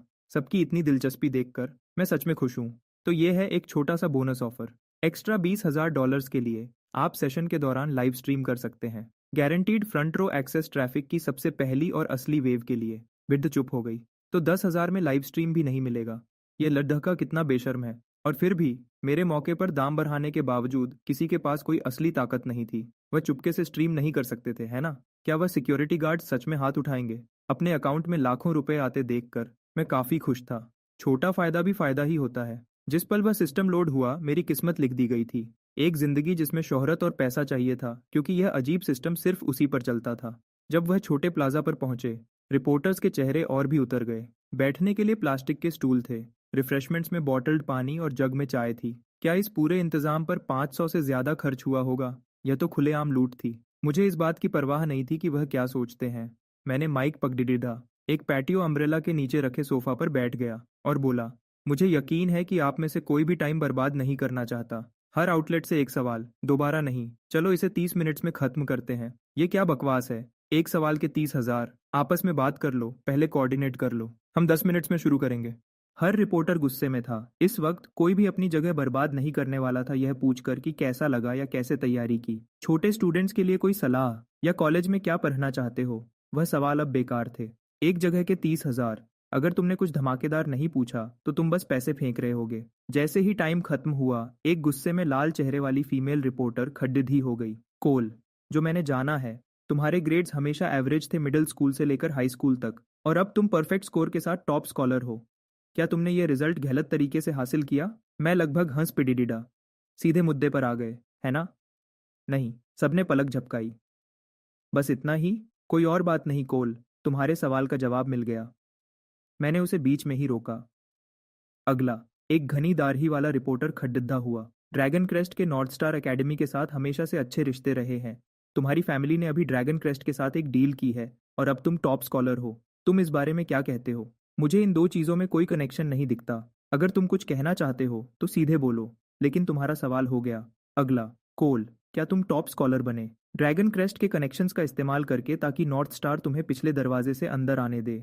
अगला रिपोर्टर पहले ही खड़ीडिदा हो चुका था। मुझे उन्हें मानना पड़ेगा, इस इंडस्ट्री का लेवल बहुत नीचे था, दिमाग की जरूरत ही नहीं थी। जहां तक मुझे पता है जीयू फैमिली में वंशजों की कोई कमी नहीं है, लेकिन उनमें से सिर्फ एक के पास नॉर्थ स्टार की अंडर ग्रेजुएट डिग्री है, वीरा यूए। तो वह मुझ जैसे बाहर वाले के लिए कोशिश क्यों करेंगे जब वह अपने ही किसी के लिए कर सकते हैं? और अगर किसी ने कोशिश की भी होती तो क्या नॉर्थ स्टार एकेडमी इतनी पागल होती कि वह टॉप स्कॉलर का टाइटल उसको दे देती जिसने पैसे देकर एडमिशन लिया हो? सही बात है, ये बात समझ नहीं आती। सबसे गुस्से वाले रिपोर्टर्स भी ठंडे पीढ़ी डीएनए लगे, लेकिन एक जिद्दी रिपोर्टर लगा रहा। तुम और वेरा, तुम दोनों साफ तौर पर करीब हो। अफवाहें हैं कि तुम यूए फैमिली में शादी करने वाले हो। ऐसी हालत में ये नामुमकिन नहीं है कि यूए फैमिली ने तुम्हें नॉर्थ स्टार में धकेल दिया हो ताकि वेरा को उसकी विरासत मिल सके। मैरियन, छोड़ दो यार, तियानहाई में जाकर पूछ लो। मुझे पीछा करने वाली लद्दकियां पूरी दुनिया के 2 चक्कर लगा सकती हैं। मैं ये सब छोड़कर किसी और की फैमिली में शादी क्यों करूंगा? और अगर वेरा और मैं सच में साथ होते भी तो वह जीयू फैमिली में शादी करती। समझे? कितनी हिम्मत है? तो तुम कह रहे हो कि तुमने वह परफेक्ट स्कोर और टॉप स्कॉलर का टाइटल सिर्फ अपनी मेहनत से हासिल किया? बिल्कुल सही। एग्जाम के तुरंत बाद मैंने पहले ही टीएन हाई टीवी को इंटरव्यू दिया था। मैंने उन्हें सीधे बता दिया था कि मैंने परफेक्ट स्कोर किया है। भिड को अब भी यकीन नहीं हो रहा था।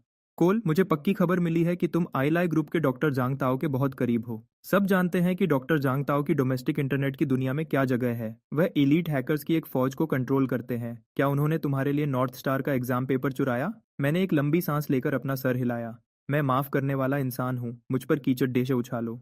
ठीक है, लेकिन डॉक्टर जांग ताओ को इसमें घसीटना, एली ग्रुप की लीगल टीम खाली नहीं बैठी रहती। और जो कोई भी यूए फैमिली का एंगल ला रहा है, छपने से पहले बहुत सोच लो। जब लॉसूट आएगा तो ये मत कहना कि मैंने वार्न नहीं किया था। कमरे में सब होश में आ गए।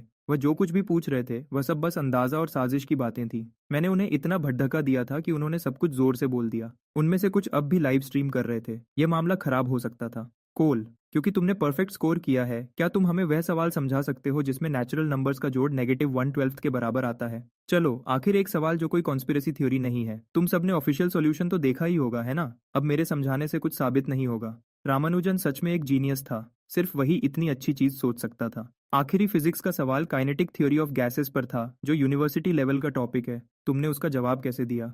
किसी ने ये तो नहीं कहा कि हाई स्कूल स्टूडेंट्स कॉलेज की किताबें नहीं पढ़ सकते। जब तुम इतने खास हो तो तुम हाई स्कूल के लिए वेस्टलैंड क्यों गए थे? क्या तुम्हारा ये परफॉर्मेंस वेस्टलैंड की पढ़ाई की वजह से है? तो क्या इस साल का टॉप स्कॉलर वेस्टलैंड का है, हुआ का नहीं? मैं कुछ बोल नहीं पाया।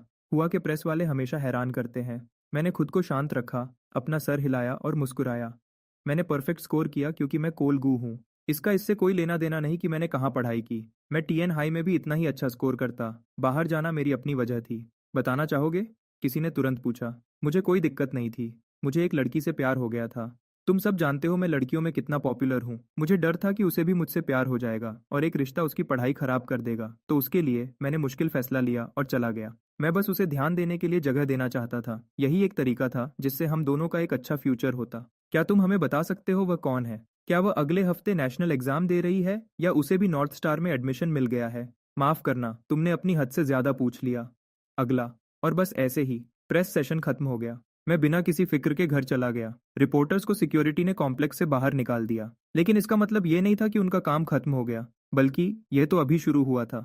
मैंने लोगों की राय की ताकत को कम समझा था और मीडिया की ईमानदारी को ज़्यादा मान लिया था। ट्रैफिक के लिए यह लोग कुछ भी लिखते और कुछ भी बोलते थे, भले ही उन पर केस हो या उनका अकाउंट बंद हो जाए। वह बस अकाउंट डिलीट कर देते, थोड़े दिन चुप रहते और नए नाम से वापस आ जाते।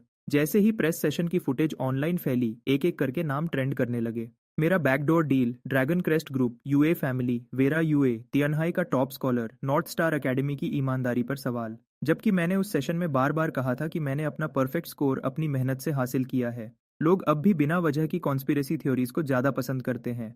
नॉर्थ स्टार के अपने स्टूडेंट फोरम पर भी आवाज़ें उठ रही थी। स्टूडेंट स्कूल पर ही सवाल उठा रहे थे और उस पर बिकने का इल्ज़ाम लगा रहे थे। उनका तर्क काफ़ी सीधा था। कोई भी हाई स्कूल स्टूडेंट इतने कम समय में वह एग्ज़ाम इतने अच्छे से पास नहीं कर सकता। अगर ये चीटिंग नहीं थी तो क्या थी? कुछ कट्टर लोग तो एडमिशन्स ऑफिस के बाहर साइलेंट प्रोटेस्ट की बात कर रहे थे, इस साल के एग्जाम की पूरी जांच की मांग करते हुए। लेकिन स्कूल की अपनी एक परेशानी थी जिसे वह शब्दों में बयान नहीं कर पा रहा था।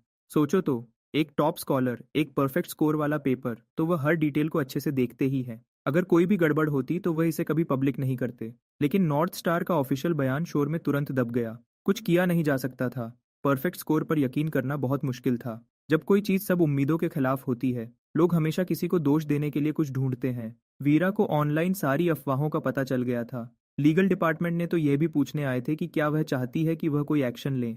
वीरा का जवाब था, जो हो रहा है होने दो। अभी के माहौल में मना करने से कोई खास फर्क नहीं पड़ता। वैसे भी नॉर्थ स्टार ने पहले ही बयान दे दिया था। ड्रैगन क्रेस्ट को कुछ और कहने की जरूरत नहीं थी। छोटे भाई, अभी पूरी दुनिया तुम पर सवाल उठा रही है। तुम क्या करोगे? वेरा को यकीन था कि मैं छिपूंगा नहीं। और सच कहूं तो इस हालत के यहाँ तक पहुंचने में उसके खुद के प्रेस को दिए गए 2 बार के बड़े बड़े बयानों का भी हाथ था। स्टेला पिछले 2 दिन से मुझे ढूंढने नहीं आई थी। कॉम्प्लेक्स में पापरात्सी भरे हुए थे और उसने प्रेस सेशन देखा था। वह उस लड़की को जानती थी जिसका मैंने जिक्र किया था, जिसके लिए मैं वेस्टलैंड गया था। वह लगभग पक्का वही थी। वह अभी तक उस रोल में आने के लिए तैयार नहीं थी, इसलिए वह यह रिस्क नहीं ले सकती थी कि प्रेस को उनके बीच के रिश्ते का जरा सा भी पता चले। फिर भी मेरी छोटी सी स्पीच ने उसे आधा घबराया हुआ और आधा गुस्से में छोड़ दिया था। मैं ही वह था जिसने झूठी सगाई का बहाना बनाया था उसके पैसे लेने के लिए और फिर गायब हो गया था। और अब मैंने उसे एक प्यार में पड़े लड़के की नेक कुर्बानी बना दिया था। मेरी हिम्मत तो देखो।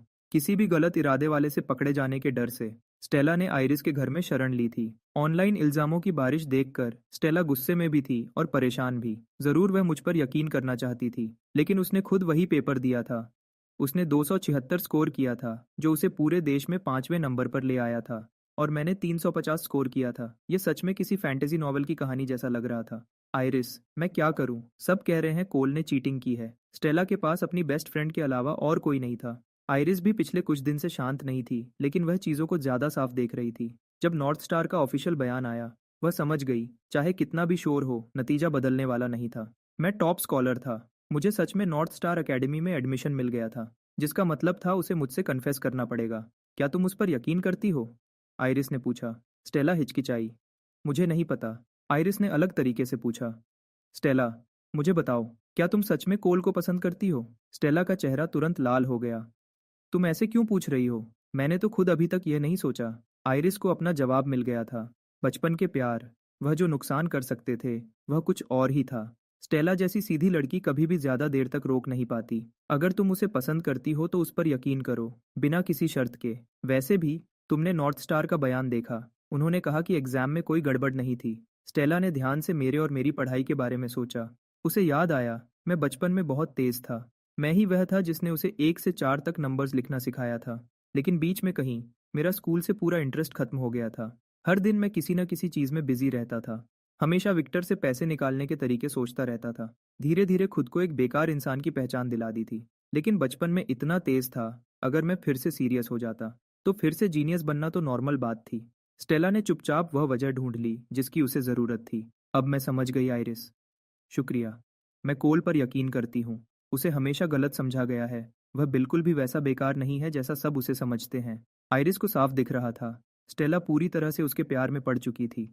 अपनी बेस्ट फ्रेंड के लिए सच्ची जिम्मेदारी महसूस करते हुए आइरिस ने गंभीरता से कहा, स्टेला, इस पर अच्छे से सोचो। तुम जानती हो कोल कैसा है। अगर तुम सच में उसके साथ रही तो तुम्हें पूरी जिंदगी सिर्फ परेशानियां ही मिलेंगी। आइरिस, तुम क्या कह रही हो साथ में?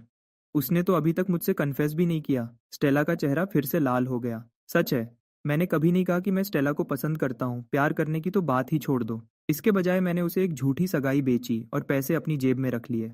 मैं उसे पसंद तो करता ही था, लेकिन हम एक दूसरे को इतने समय से जानते थे कि कहने की जरूरत ही नहीं पड़ी। बचपन के दोस्त जो साथ साथ बड़े हुए थे। मैंने उसे बहुत पहले ही अपना मान लिया था, बिना कभी कुछ कहे। इसलिए मैंने कभी ऐसे प्यार भरे इजहार की परवाह नहीं की। आइरिस अंदर ही अंदर चिल्ला रही थी, ओह तुम कितनी भोली लड़की हो, जाग जाओ। उस कमीने ने सालों पहले मुझसे कन्फेस किया था, और उसने तुमसे एक लफ्ज भी नहीं कहा। तो फिर वह तुम्हारा हाथ ऐसे क्यों पकड़ता है जैसे यह दुनिया की सबसे नॉर्मल बात हो, और तुम उसे करने देती हो। वह बिल्कुल बेकार है। स्टेला, स्काईरिच मैनर में उस दिन तुम्हें याद है उसने मुझसे क्या शर्त लगाई थी? खुद ये बात उठाने से आइरिस को सच में अजीब लग रहा था। स्टेला ने सर हिलाया। हाँ, तुम्हें पोस्ट करना है कि तुम उसे पसंद करती हो। स्टेला के चेहरे पर कोई बदलाव नहीं आया था। आइरिस हैरान थी। सच में? बस इतना ही? तुम ठीक हो उसके ऐसा करने से? वह सच में नॉर्थ स्टार एकेडमी में आ गया, आइरिस ने कहा। मुझे पता है, स्टेला ने कहा। स्टेला ने हाथ बढ़ाया और आइरिस का हाथ पकड़ लिया। कोल ने मुझे सब कुछ समझाया। उसने यह हमारे लिए किया। और फिर स्टेला ने मेरी पूरी कहानी आइरिस को एक एक लफ्ज बता दी। हे भगवान, इस लड़की को मनाना कितना आसान था। हे ऊपर वाले, क्या कोई उस कमीने कोल पर बिजली गिरा सकता है? आइरिस, शांत हो जाओ, मुझे सच में कोई दिक्कत नहीं है। कोल को अपनी ढाल बनाकर तुम बिना किसी फिक्र के अपनी पढ़ाई पर ध्यान दे सकती हो। तुमने खुद मुझे बताया था कि तुमने सालों से म्यूजिक में कितना कुछ लगाया है, कि अब इंस्पिरेशन खत्म हो गई है। अब जब तुम यूनिवर्सिटी जा रही हो तो यह कुछ अलग करने और नया शुरू करने का सबसे अच्छा मौका है। अब स्टेला आइरिस को तसल्ली दे रही थी। कोल को डील करने दो जो भी तुम्हें परेशान करने आए। और मैं पिछले 2 दिन से इस बारे में सोच रही हूँ। अगर तुम कोल को कन्फेस कर दोगी तो जो लड़के मेरे पीछे पड़े हैं वह भी हिम्मत नहीं करेंगे। शुक्रिया, स्टेला। 3 तरफा जीत? ज्यादा तो यह था कि मैं सब कुछ जीत रहा था और बाकी सब खुद को कह रहे थे कि सब ठीक है। जीयू रेजिडेंस में वापस विक्टर और लिली अपने बेटे को लेकर बहुत परेशान थे। विक्टर खास तौर पर गुस्से में था।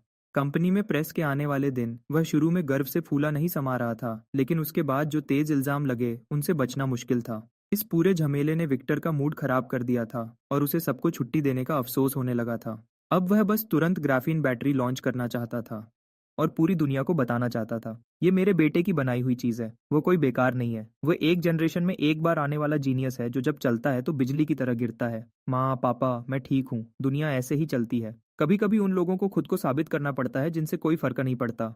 मैंने उन्हें हमेशा की तरह शांति से तसल्ली दी। कोल, वह अफवाह फैलाने वाले लोग बहुत बुरे हैं। क्या मैं तुम्हारे दादा को बुलाकर उन बुरे लोगों से निपटने को कहूँ?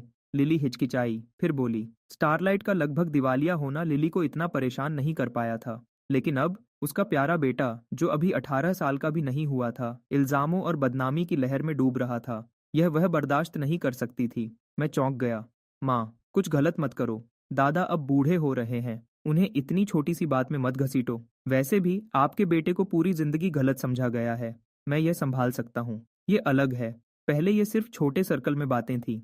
लिली ने जवाब दिया। उसका चेहरा थोड़ा परेशान था। और तुमने पहले पैसे काफी खुले हाथ से खर्च किए थे। इस बार पूरा इंटरनेट पीछे पड़ा है, अनजान लोग भी जो चाहे बोल रहे हैं। मैं यह बर्दाश्त नहीं कर सकती। ठीक है माँ, मुझ पर यकीन करो, मैं यह संभाल सकता हूँ। इन लोगों का ध्यान गोल्डफिश जैसा होता है। जब मैं नॉर्थ स्टार में अपना नाम बना लूंगा तो वह माफी मांगने के लिए लाइन लगा देंगे। बेटा, क्या तुम सच में ठीक हो? मैंने तुम्हें पिछले कुछ दिन से ऑनलाइन लगातार देखा है। कृपया कोई उल्टा सीधा काम मत करना। मैं बस ऑनलाइन शो देख रहा हूँ और ये देख रहा हूँ कि इंसान की अक्ल कितनी नीचे गिर सकती है। कई बार उनको तसल्ली देने के बाद ही मेरे माँ बाप नीचे आराम करने गए। उनके चेहरे पर अब भी चिंता थी। मैं इसके उल्टा बिल्कुल आराम से था। मैंने अपना लैपटॉप पास खींच लिया। जैसा वेरा ने पहले ही बताया था, मैं हमेशा के लिए छिपा नहीं रहूंगा। स्कूल शुरू होने में अभी 2 महीने थे, तो मुझे खुद को बिजी रखना था। नॉर्थ स्टार फोरम पर बहुत शोर था। कुछ ऐसे यंग जीनियस जो खुद को बहुत बड़ा समझते थे, वह मुझे बार बार शक की नजर से देख रहे थे। ये मान ही नहीं रहे थे कि कोई वह काम कर सकता है जो वह नहीं कर सकते। अब उनको अपनी बात का जवाब देना पड़ेगा। आज मैंने नॉर्थ स्टार एकेडमी के दाखिले के पोर्टल पर अपना स्टूडेंट आईडी नंबर ढूंढ लिया था। मैं अब फोरम पर एक ऑफिशियल स्कूल अकाउंट बना सकता था। मैंने सीधा उनको चैलेंज करने का फैसला किया। स्कूल के हर फैकल्टी को, जो भी मुझ पर शक करता है वह लाइव जुड़ सकता है और जो भी सवाल पूछना चाहे पूछ सकता है। मैं चाहता था कि नॉर्थ स्टार के हर स्टूडेंट को पता चले कि मैं आ गया हूँ और वह सब मेरे सामने झुकेंगे। यही सच में सबसे ऊपर खड़े होने का मतलब था। जिस पल मैंने रजिस्टर करना खत्म किया, मेरे दिमाग में एक जानी पहचानी आवाज आई। डिंग, एक जीनियस के घमंड को चैलेंज नहीं करना चाहिए, शक करने वालों को चुप कराना होगा। मेन क्वेस्ट, एक पब्लिक और पूरी तरह से साफ लाइव स्ट्रीम करो, सभी चैलेंज करने वालों को हराओ। क्वेस्ट का इनाम 5,000 प्रेस्टीज पॉइंट्स, एक चार्म पॉइंट, एक नैनो पैनोरामिक रिकॉर्डर। एक मेन क्वेस्ट। ये सिस्टम मुझे सच में जानता था। लेकिन रुको, क्या सिस्टम ने हमेशा नहीं कहा था कि मुझे सब कुछ खुद बनाना होगा? ये रिकॉर्डर इनाम में क्यों मिल रहा था? क्या ये चीज़ सच में कोई प्रोडक्ट थी? डिट्स की तरह मैंने सोचा था कि ये कुछ खास होगा, लेकिन ये मुश्किल से काम करता था। मैंने इतना टाइम कोड लिखने और उसको ठीक करने में लगाया था, सिर्फ डिट्स को एक ठीक ठाक एआई के लेवल तक लाने के लिए। लाइव स्ट्रीम क्वेस्ट्स इस सिस्टम के मिशन के ढांचे में एक खास जगह रखते हैं, तो एक बना बनाया प्रोडक्ट इनाम में मिलना बिल्कुल नॉर्मल है। और ये वाला बहुत ज़्यादा बेहतर है। इसमें एक्सरे विजन, स्कैनिंग के फंक्शंस हैं, और ये और भी छोटा है। इसके ब्लूप्रिंट्स शॉप में मिल जाएंगे। या एक बार कुछ अच्छा ट्राई करना चाहते हो? छोटे चालबाज, क्या तुमने मेरी शॉप में खर्च करना बिल्कुल बंद कर दिया है? मैंने सोचा, जब से सिस्टम लोड हुआ था मैंने एक बार भी उसमें पैसे नहीं डाले थे। असल में ये अच्छा तरीका है। अगर मैं कभी खर्च ही ना करूं, तो क्या हर क्वेस्ट के साथ एक फ्री इनाम नहीं मिलेगा? होस्ट, इस सिस्टम का फायदा उठाने के बारे में मत सोचो। पैसा खर्च करने के लिए होता है, और यहाँ खर्च करना बाहर की बेकार चीज़ों पे खर्च करने से ज़्यादा अच्छा नहीं है। मुझे सिस्टम से बहस करने का मन नहीं था, क्योंकि सिस्टम ने एक लाइव स्ट्रीम क्वेस्ट दिया था, तो नॉर्थ स्टार के हर फैकल्टी को चैलेंज करने का मेरा पहला प्लान थोड़ा बदलना पड़ सकता था। थोड़ी देर सोचने के बाद मैंने अपनी पोस्ट लिखना शुरू किया। नॉर्थ स्टार के मेरे सभी सीनियर्स को, मैं कोलगू हूँ। मैंने हमेशा नॉर्थ स्टार एकेडमी की तारीफ की है, लेकिन इस फोरम पर 2 दिन रहने के बाद मुझे कहना पड़ेगा, मैं निराश हूँ। मैंने कुछ खास, बहुत होशियार यंग दिमाग की उम्मीद की थी, जो कॉन्फिडेंट और शानदार हों। लेकिन उसकी जगह मुझे सिर्फ कड़वे आलोचना करने वाले मिले। Exam paper.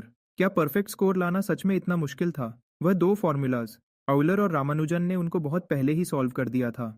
तो क्या ये सच में इतना अजीब है कि मैं भी कर सका? या फिर तुम बस नहीं जानते कि ये मैथमेटिक्स के लेजेंड्स कौन हैं? और आखिरी फिजिक्स का सवाल, उसके बारे में तो बात ही मत करो। क्या ये सच में इतना अजीब है एक हाई स्कूल स्टूडेंट के लिए यूनिवर्सिटी लेवल की पढ़ाई करना? और फिर भी तुम यहाँ हो। हुआ कि सबसे अच्छी एकेडमी के स्टूडेंट्स इस पेपर को ऐसे देख रहे हो जैसे ये आसमान से उतरा हो। शर्मनाक। तुम्हारी पोस्ट पढ़कर मुझे सच में नॉर्थ स्टार के फ्यूचर की चिंता है। तुम एक दिन इस देश के स्तंभ बनने वाले हो। ऐसी सोच के साथ तुम क्या योगदान दोगे? मैं जानता हूँ तुम सोचते हो कि मैं सिर्फ दिखावा कर रहा हूँ, और मैं ऐसा इंसान नहीं हूँ जो लोगों को जवाब देने का मौका दिए बिना बात करे। मैं जल्दी ही एक लाइव स्ट्रीम करूंगा। अपने सारे शक ले आओ। मेरी स्ट्रीम तुम सबके लिए खुली होगी। मेरे एग्जाम में जो भी फैकल्टी कवर हुआ है, अपने सबसे अच्छों को भेजो। अगर मैं तुम सबको पढ़ा नहीं पाया, तो मैं खुद नॉर्थ स्टार से निकल जाऊंगा। एक और बात, मेरी ज्यादातर फोटोज जो ऑनलाइन घूम रही हैं, वो कैंडिड शॉट्स हैं। हैंडसम तो हूँ, हाँ, लेकिन वह मेरी पूरी तारीफ नहीं करते। तो ये रही एक अच्छी सेल्फी।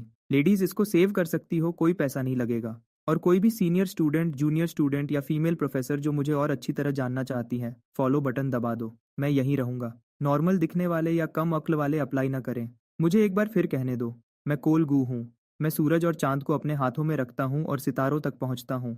इस दुनिया में मेरे जैसा कोई और नहीं है। जिस पल पोस्ट लाइव हुई, नॉर्थ स्टार फोरम में हंगामा हो गया, और कुछ सेकंड्स बाद पूरे इंटरनेट पर भी यही हुआ। मेरी बातें और मेरी बहुत अच्छी सेल्फी आग की तरह फैल गई। बहुत सारी लड़कियां तुरंत फैन बन गईं। मैंने जो लिखा था उसमें से कुछ औरतों के लिए ज्यादा इज्जत वाला नहीं था, लेकिन दुनिया चेहरे से जज करती है, और यही सच था।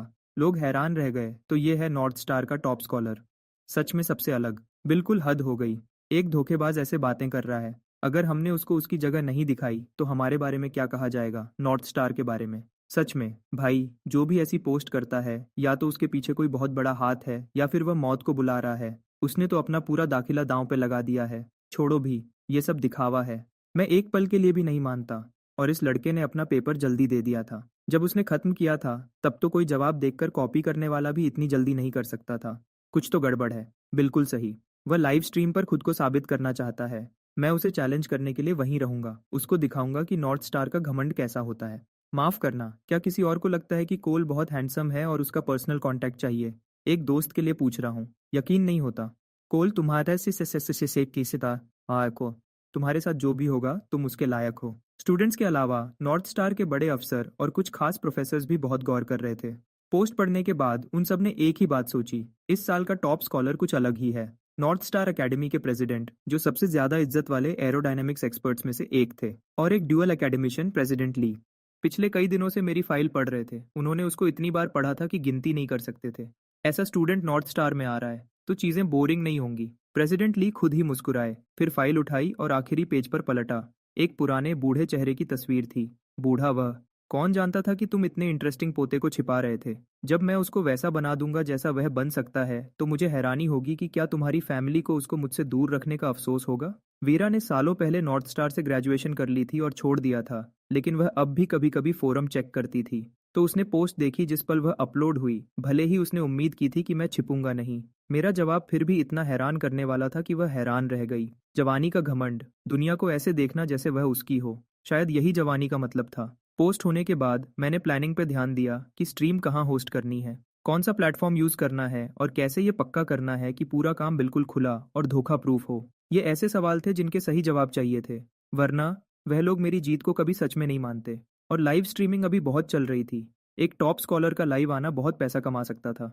मैं लगभग 18 साल का था और मैंने अभी तक अपना पहला फाइनेंशियल गोल भी पूरा नहीं किया था। यह सच में शर्मनाक था। मेरे उनसे बात करने से पहले ही कई बड़े प्लेटफॉर्म्स खुद ही मेरे पास आए। उन सब ने स्ट्रीम को सपोर्ट करने की पेशकश की, बिल्कुल फ्री में। मैं जोर से हंसने ही वाला था। क्या उनको लगा मैं कल का पैदा हुआ हूँ? मुझे इन ऑनलाइन कंपनीज के लिए सब्र नहीं था। बेहतर था कि मैं किसी ऐसे के साथ काम करूं जिसे मैं पहले से जानता था। टीएन हाई टीवी के ब्रॉडकास्टिंग डिपार्टमेंट का हेड, उस रिपोर्टर के साथ जिसने एग्जाम के बाद मेरा इंटरव्यू लिया था। हम तीनों एक मीटिंग रूम में बैठ गए। मिस्टर कोल, ये थोड़ा ज़्यादा नहीं है, आपको नहीं लगता? हम सारा काम कर रहे हैं और आप 60% लेना चाहते हो? ये बहुत ज़्यादा है। मैं मुस्कुराया। मैं तो 70 मांगने वाला था। ये एक्स्ट्रा 10% तुम्हारा इनाम है कि तुमने हाल ही में ऑनलाइन बेकार चीज़ें पोस्ट नहीं की हैं और अपनी ईमानदारी बरकरार रखी है। माना कि तुम्हारे जैसे स्टेशन के कुछ रूल्स होते हैं। जब नॉर्थ स्टार ने अपना बयान दिया तो तुम भी ज़्यादा कुछ नहीं कर सकते थे। मैनेजर बाय, 40% बहुत है। तुम्हारे स्टेशन के लिए यह आसमान से गिरने वाला पैसा है।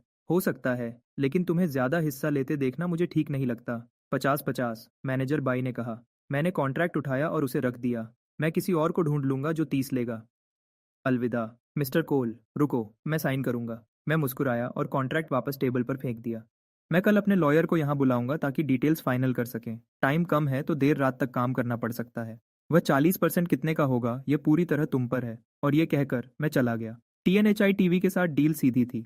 टीएनएचआई टीवी के पास स्ट्रीम होस्ट करने के खास अधिकार होंगे। स्ट्रीम लाइव होने से पहले वह स्पॉन्सर साइन कर सकते थे, स्ट्रीम रूम में लिंक्स लगा सकते थे और दूसरे प्लेटफॉर्म्स को ब्रॉडकास्ट राइट्स भी दे सकते थे। स्ट्रीम कैसे चलेगी यह पूरी तरह टीएन हाई टीवी का फैसला होगा। एक शर्त थी कि देखना फ्री होगा और फुटेज पूरी तरह से खुली और साफ होगी। जब सब खत्म हो जाएगा तो हर पैसे का 60% मुझे मिलेगा, 40% टीएनएचआई टीवी को। बॉस, इतना बड़ा कॉन्ट्रैक्ट, क्या स्टेशन डायरेक्टर को इससे कोई दिक्कत होगी? फीमेल रिपोर्टर ने थोड़ा घबराकर पूछा। दिक्कत? ये नॉर्थ स्टार एकेडमी का टॉप स्कॉलर है। उसकी स्ट्रीम ज्ञान की लड़ाई है। एक जनरेशन के सबसे होशियार दिमागों का टकराव है। क्या इससे अच्छा लाइव स्ट्रीम का आइडिया हो सकता है? मैनेजर बाय बहुत खुश था। नेगोशिएशन टेबल की सारी परेशानी बिल्कुल गायब हो चुकी थी। जाओ सबको बता दो, कॉन्फ्रेंस रूम में पूरे स्टाफ की मीटिंग है। लाइव स्ट्रीम डिपार्टमेंट अभी। इस साल सबका बोनस इस बात पर निर्भर करता है कि हम यहाँ क्या करते हैं। मीटिंग रूम में जब मैनेजर बाई ने सब कुछ समझा दिया तो ज़्यादातर स्टाफ समझ गया कि वह किस चीज़ को देख रहे थे। ये आसमान से गिरने वाला पैसा था। कितना वह पकड़ते हैं ये पूरी तरह उन पर था। पहला काम, ये खबर फैलाओ कि हमने एक्सक्लूसिव ब्रॉडकास्ट राइट्स ले लिए हैं। बड़े ऑनलाइन प्लेटफॉर्म्स खुद हमारे पास आएंगे। इस कहानी का ऑनलाइन असर इतना बड़ा था कि उसे नज़रअंदाज नहीं किया जा सकता था। लेकिन बॉस, अगर हम ब्रॉडकास्ट राइट्स को आगे बेचते हैं तो क्या हम अपना ट्रैफिक भी बांट नहीं देंगे? किसी ने पूछा। मैनेजर बाई ने जवाब दिया, हम एक टीवी स्टेशन है। हम कभी भी यंग ऑनलाइन ऑडियंस को अपनी तरफ खींचने में अच्छे नहीं रहे हैं। इस इवेंट की गर्मी धीरे धीरे खत्म हो जाएगी। हमारे लिए ट्रैफिक दूसरी चीज़ है, पैसा ही सब कुछ है। शानदार बॉस, लेकिन लाइव चैलेंज के कनेक्शंस हमारे चैनल से ही होने चाहिए। हम ऐसी विजिबिलिटी नहीं दे सकते। सब कुछ बेच दो तो उसकी कीमत कम हो जाती है। उनको फुटेज दो, कनेक्शन चैनल अपने पास रखो। फिर एडवर्टाइजिंग का हिस्सा है। हम एक ब्रॉडकास्टर हैं, हमें अपने स्पॉन्सर्स को ध्यान से चुनना होगा। हम यहाँ थोड़ा पैसा छोड़ सकते हैं, वरना ऊपर वालों को समझाना मुश्किल होगा। रूम में हर इंसान तेजी से नोट्स ले रहा था और अपने साल के आखिरी बोनस के सपने देख रहा था। ऑनलाइन के अलावा ग्राउंड पर भी पैसा कमाया जा सकता है। कोल ने खुद कहा था कि जगह बड़ी होनी चाहिए। पूरे 360 डिग्री व्यू के साथ। हम उसको बिल्कुल वही देंगे। बॉस, आप एंट्री फीस लेने का तो नहीं सोच रहे हो ना? एंट्री फीस, हम एक टेलीविजन स्टेशन है, हमारे कुछ रूल्स हैं। हम आम लोगों की जेब नहीं काटते, तो हम ग्राउंड पे पैसा कैसे कमाएंगे? शॉर्ट वीडियो अभी बहुत चल रही है, इंडिपेंडेंट क्रिएटर्स हर जगह हैं। कौन नहीं चाहेगा लाइव स्ट्रीम वेन्यू की ग्राउंड से फुटेज? हम उनको खुद स्ट्रीम करने देंगे, फीस लेकर। उनको दूर रहना होगा और कोल की स्ट्रीम में दखल नहीं देना होगा। सिक्योरिटी के साथ इस पर बात करो, बजट में कमी मत करना। बॉस, आप जीनियस हो, उसके एक स्टाफ ने बहुत तारीफ करते हुए कहा। सब लाइसेंसिंग, स्पॉन्सरशिप्स, मर्चेंडाइज, और पेड ऑन साइट फिल्मिंग, ये सब एक साथ चल रहे थे। मैनेजर बाय, ये कहना पड़ेगा, बहुत तेज था। जब मैनेजर बाय का पहला प्लान बन गया तो मैं खुश था। नाम और पैसा दोनों की अपनी कीमत होती है, लेकिन इंसानियत के फ्यूचर के लिए मुझे ये सब सहना ही पड़ेगा। मैं स्ट्रीम को लेकर कॉन्फिडेंट था, लेकिन जो लोग मुझे चैलेंज करने वाले थे वह तैयार होकर आएंगे, और इसका मतलब था कि मुझे भी तैयार रहना होगा। सबसे पहले मैंने अपने नए कमाए हुए 10,000 प्रेस्टीज पॉइंट्स को अपनी ताकत बढ़ाने में लगा दिया, खासकर मैथ और फिजिक्स पर। ये दो सब्जेक्ट सबसे मुश्किल चैलेंजेस लाएंगे। मैथ में 64 और फिजिक्स में 63 पॉइंट्स के साथ मैं किसी भी चीज का सामना कर सकता था। अपनी ताकत बढ़ाने के बाद मैंने बचे हुए 500 प्रेस्टीज पॉइंट्स खर्च किए। शॉप से 2 प्रॉब्लम सॉल्विंग कार्ड्स खरीदे बैकअप के लिए, बस अगर किसी जरूरी वक्त पर मेरा दिमाग काम करना बंद कर दे तो। यह सब तैयार होने के बाद मैं पीछे होकर आराम करने लगा। बस इंतजार कर रहा था कि हर उस चैलेंजर को हरा दूं जो आने की हिम्मत करेगा। लेकिन मेरे आसपास के लोग बहुत परेशान थे। स्टेला ने तो स्ट्रीम में शामिल होने और मुश्किल सवालों का सामना करने में मेरी मदद करने की पेशकश भी की। मैंने उसे मना कर दिया। मेरी शानदार यूनिवर्सिटी लाइफ अभी शुरू भी नहीं हुई थी। कितनी सारी लड़कियां थीं जिन्हें इम्प्रेस करना था। यह सब मेरे आगे था, मैं बंद कर नहीं रह सकता था। वैसे भी मैं पहले ही दूसरे लड़कों से काफी जलन पैदा कर रहा था, इसे और खराब करने का कोई फायदा नहीं था। वह दिन आखिर आ ही गया। मैं टीएन हाई टीवी पर पहुंच गया, जैसा कि वादा किया था। जगह थी हेशियन ग्रैंड प्लाजा का सेंटर, स्टेशन के बिल्कुल सामने। टीएन हाई टीवी के साथ काम करना सही फैसला था, इसमें कोई शक नहीं था। हर तरह का प्रोफेशनल सामान, पूरी सिक्योरिटी चेक और टेक्निकल तैयारी। प्रोफेशनल लोग प्रोफेशनल काम कर रहे थे। मिस्टर कोल, तैयार हो? मैनेजर बाई ने पूछा। बिल्कुल, मैं पूरा रिलैक्स दिख रहा था। और हम लाइव जाते हैं। सब डिपार्टमेंट्स की आखिरी जांच। काउंटडाउन 1 मिनट में शुरू होगा। मैं तुरंत स्क्रीन पर नहीं आया। एक होस्ट ने पहले ऑडियंस को बताया कि स्ट्रीम किस बारे में है और चैलेंजेस कैसे होंगे। बिना किसी देरी के आज के स्टार को स्टेज देते हैं। टीएन हाई का पहला टॉप स्कॉलर नॉर्थ स्टार ने जब से अपना अलग एडमिशन प्रोसेस शुरू किया है, तब से पहला परफेक्ट स्कोर पाने वाला। और टीएन हाई में सबसे हैंडसम नौजवान के रूप में मशहूर कोल गू। मेरी भौहें दूर के पहाड़ों जैसी, आंखें सितारों जैसी, चेहरा साफ और गर्व से भरा, और होंठों के कोने पर एक मुस्कुराहट। एक सादी सफेद शर्ट, एक आम स्टूडेंट जैसा दिखने वाला, फिर भी मैं नीले आसमान से भी ज्यादा चमक रहा था। मैं दोपहर की धूप में खड़ा था, जवान, चमकदार, एक ऐसा इंसान जो दुनिया को सिर्फ अपनी मौजूदगी से बेहतर बना देता है। ओह वाओ, वह कितना खूबसूरत है, मुझे बचाओ। इतना अच्छा दिखने वाला इंसान धोखा नहीं कर सकता, वह लोग बस जलते हैं। क्या खूबसूरत और होशियार होना जुर्म है? कमेंट्स तुरंत हर स्ट्रीम रूम में भर गए। जो कुछ भी कहना जरूरी था वह मैं पहले ही उस नॉर्थ स्टार फोरम पोस्ट में लिख चुका था, और होस्ट ने बाकी सब बता दिया था। तो चलो सीधे शुरू करते हैं। मुझे उम्मीद है कि आप सब कुछ ऐसा लाए हो जो मेरे वक्त के लायक हो। मैं सच में नहीं चाहता था कि मेरा पहला लाइव स्ट्रीम बिल्कुल बोरिंग हो। अब भी इतना घमंडी। कोल, मैं हमेशा तुम पर भरोसा करता हूँ। इस हिम्मत के नतीजे होंगे। इंतजार है कि यह उसके चेहरे पर फट जाए। सच कहूँ तो एक धमाका बेहतर कंटेंट बनाएगा। दुख की बात है कि मैं इतना बेवकूफ़ हूँ कि उसे चैलेंज भी नहीं कर सकता। अभी मेरे पास कमेंट्स के लिए वक्त नहीं था। नियमों का पालन करते हुए मेरा पूरे शरीर का स्कैन हो रहा था, यह कंफर्म करने के लिए कि मेरे पास कोई छुपा हुआ कम्युनिकेशन या स्मार्ट डिवाइस नहीं है।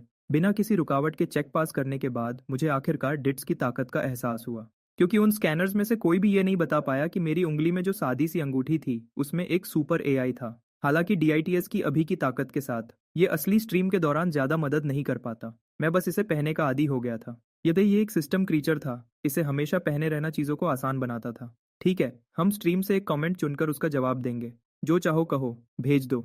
बस याद रहे, मैं सिर्फ टीएनएच टीवी के मेन स्ट्रीम रूम के कमेंट्स देख सकता हूँ। चैलेंजर फेस ऑफ्स तो मेन इवेंट थे, लेकिन घर से देखने वाले आम व्यूअर्स को भी थोड़ा अटेंशन मिलना चाहिए था। इसलिए यह कमेंट रिस्पॉन्स का हिस्सा, एक जिसे ज्ञान की लड़ाई कहा जा रहा है, फिर भी इसे सर्कस की तरह बढ़ा चढ़ाकर पेश किया गया है।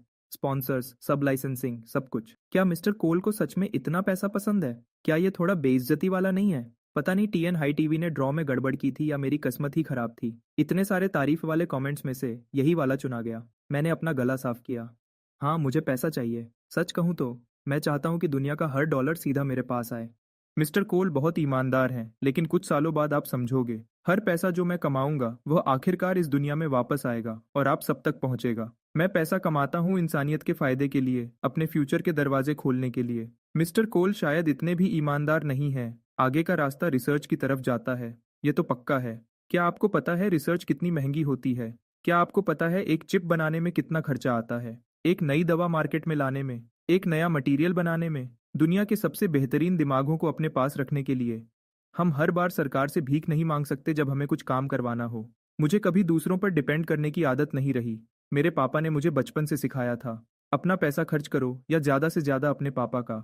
यही एक तरीका है सच में आज़ाद महसूस करने का।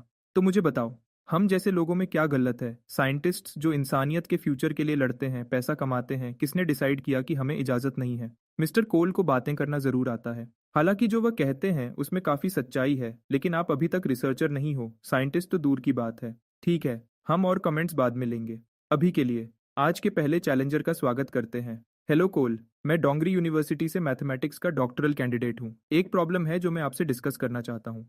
एक डॉक्टरल कैंडिडेट, मेरा चेहरा थोड़ा तेज हो गया। यह एक शुरुआती चाल थी जो मुझे पीछे धकेलने के लिए बनाई गई थी। आज आने वाला हर चैलेंजर टॉप लेवल का होगा, सब 26 साल से कम उम्र के जवान टैलेंट। उन सब ने पहले नॉर्थ स्टार फोरम के बेयर मेंबर्स द्वारा बनाया गया एक क्वालिफाइंग एग्जाम दिया था, और सिर्फ वही लोग जिन्हें पास किया गया था उन्हें आज कनेक्ट होने की इजाज़त मिली थी। यह नॉर्थ स्टार की इज्जत बचाने के लिए था। मैं आखिरकार अभी भी टॉप स्कॉलर था। कोई भी ऐसे ही आकर मुझ पर सवाल नहीं फेंक सकता था। क्वालिफाइंग राउंड पास करने के बाद भी नॉर्थ स्टार फोरम की टीम ने आखिरी जांच की थी। ज्ञान की लड़ाई का वादा किया गया था और ज्ञान की लड़ाई ही होनी थी। आगे बढ़ो, मैथ के बारे में मैं थोड़ा बहुत जानता हूँ। ये साबित करो कि 5 से बड़ा कोई भी इंटीजर 3 प्राइम नंबर्स के जोड़ के रूप में दिखाया जा सकता है। मैं जम गया। ये बंदा यहाँ परेशानी पैदा करने आया था। ये कुछ बोल क्यों नहीं रहा? ये ज्यादा मुश्किल नहीं लगता, है ना? क्या वह सच में फंस गया है? हाँ। उसकी सारी घमंड धरी रह गई। वह बिल्कुल चुप हो गया है। मैं बस कुछ सेकंड्स के लिए रुका ही था कि कीबोर्ड वॉरियर्स पहले ही टूट पड़े थे। पब्लिक एजुकेशन की हालत अभी भी बहुत पीछे थी।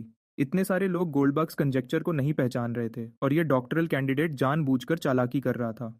अगर उसने इसे ऐसे कहा होता कि 2 से बड़ा हर इवन नंबर 2 प्राइम्स के जोड़ के रूप में दिखाया जा सकता है, तो सब इसे तुरंत पहचान जाते। गोल्डबर्ग्स कंजेक्चर, जिसे हम साबित कर रहे हैं, किसी भी यूनिवर्सिटी को तुरंत 3 लेवल ऊपर उठा देगा। यह एक मशहूर अनसुलझा मसला है। क्या यह बंदा सच में यहाँ सिर्फ परेशानी पैदा करने आया है? ऑडियंस को आखिरकार समझ आने लगा था। मैंने साफ साफ कहा, मैं इसे अभी सॉल्व नहीं कर सकता, लेकिन चिंता मत करो, 3 साल के अंदर मेरे पास इसका प्रूफ होगा। मैंने यह सबसे आम लहजे में कहा, और यह शायद मेरी जिंदगी की सबसे हिम्मत वाली बात थी। 3 साल में गोल्डबर्ग्स कंजेक्चर को साबित करना, अगर मैं सच में यह कर पाया तो मैं मैथमेटिक्स के इतिहास में टॉप 10 में आ जाऊंगा और मेरी उम्र मुश्किल से 20 साल से ज्यादा होगी। ये किस तरह का मॉन्स्टर है? बिल्कुल पागल। मैं तुमसे किसी भी चीज पर शर्त लगाता हूँ, अगर तुमने सच में यह कर दिखाया तो मैं सर के बल खड़ा होकर मिट्टी खाऊंगा। आम जवान घमंड हुआ कि अनगिनत होशियार दिमागों ने गोल्डबर्ग्स कंजेक्चर को पूरा साबित करने में अपनी पूरी जिंदगी लगा दी। जिस तरह से वह इसे नजरअंदाज करता है वह सच में अपमानजनक है। शायद वह सच में कर सकता है। इतना हैंडसम इंसान झूठ नहीं बोल सकता। मॉड्स, क्या आप वहां हो? क्या हम इन बेवकूफ़ों को बैन कर सकते हैं? वाइब खराब कर रहे हैं। ठीक है सब लोग, ये बंदा मिसोजिनिस्टिक है। मैंने इसका यूजर नेम सेव कर लिया है। मास रिपोर्ट करो चलो। ये हाई ट्रैफिक स्ट्रीम का तरीका था। होस्ट को मुश्किल से कुछ करना पड़ता था, बस 2 शब्द फेंको और कमेंट्स अपने आप चलने लगते थे। कोल, वह तो बस शुरुआत के लिए एक छोटा सा मजाक था। मैं असल में हाल ही में नंबर थ्योरी फंक्शंस पर रिसर्च कर रहा हूँ, और जब मैंने यूलर की मशहूर आइडेंटिटी का तुम्हारा प्रूफ पढ़ा तो मैंने देखा कि तुम्हारा तरीका काफी नया था। मुझे पर्सनली तुम पर बिल्कुल भी शक नहीं है। मैं यहाँ ज़्यादा एक साथ पढ़ने वाले स्टूडेंट के साथ आइडियाज़ शेयर करने आया हूँ। आखिरकार मैथमेटिक्स जवान लोगों का खेल है। मैं मुस्कुराया।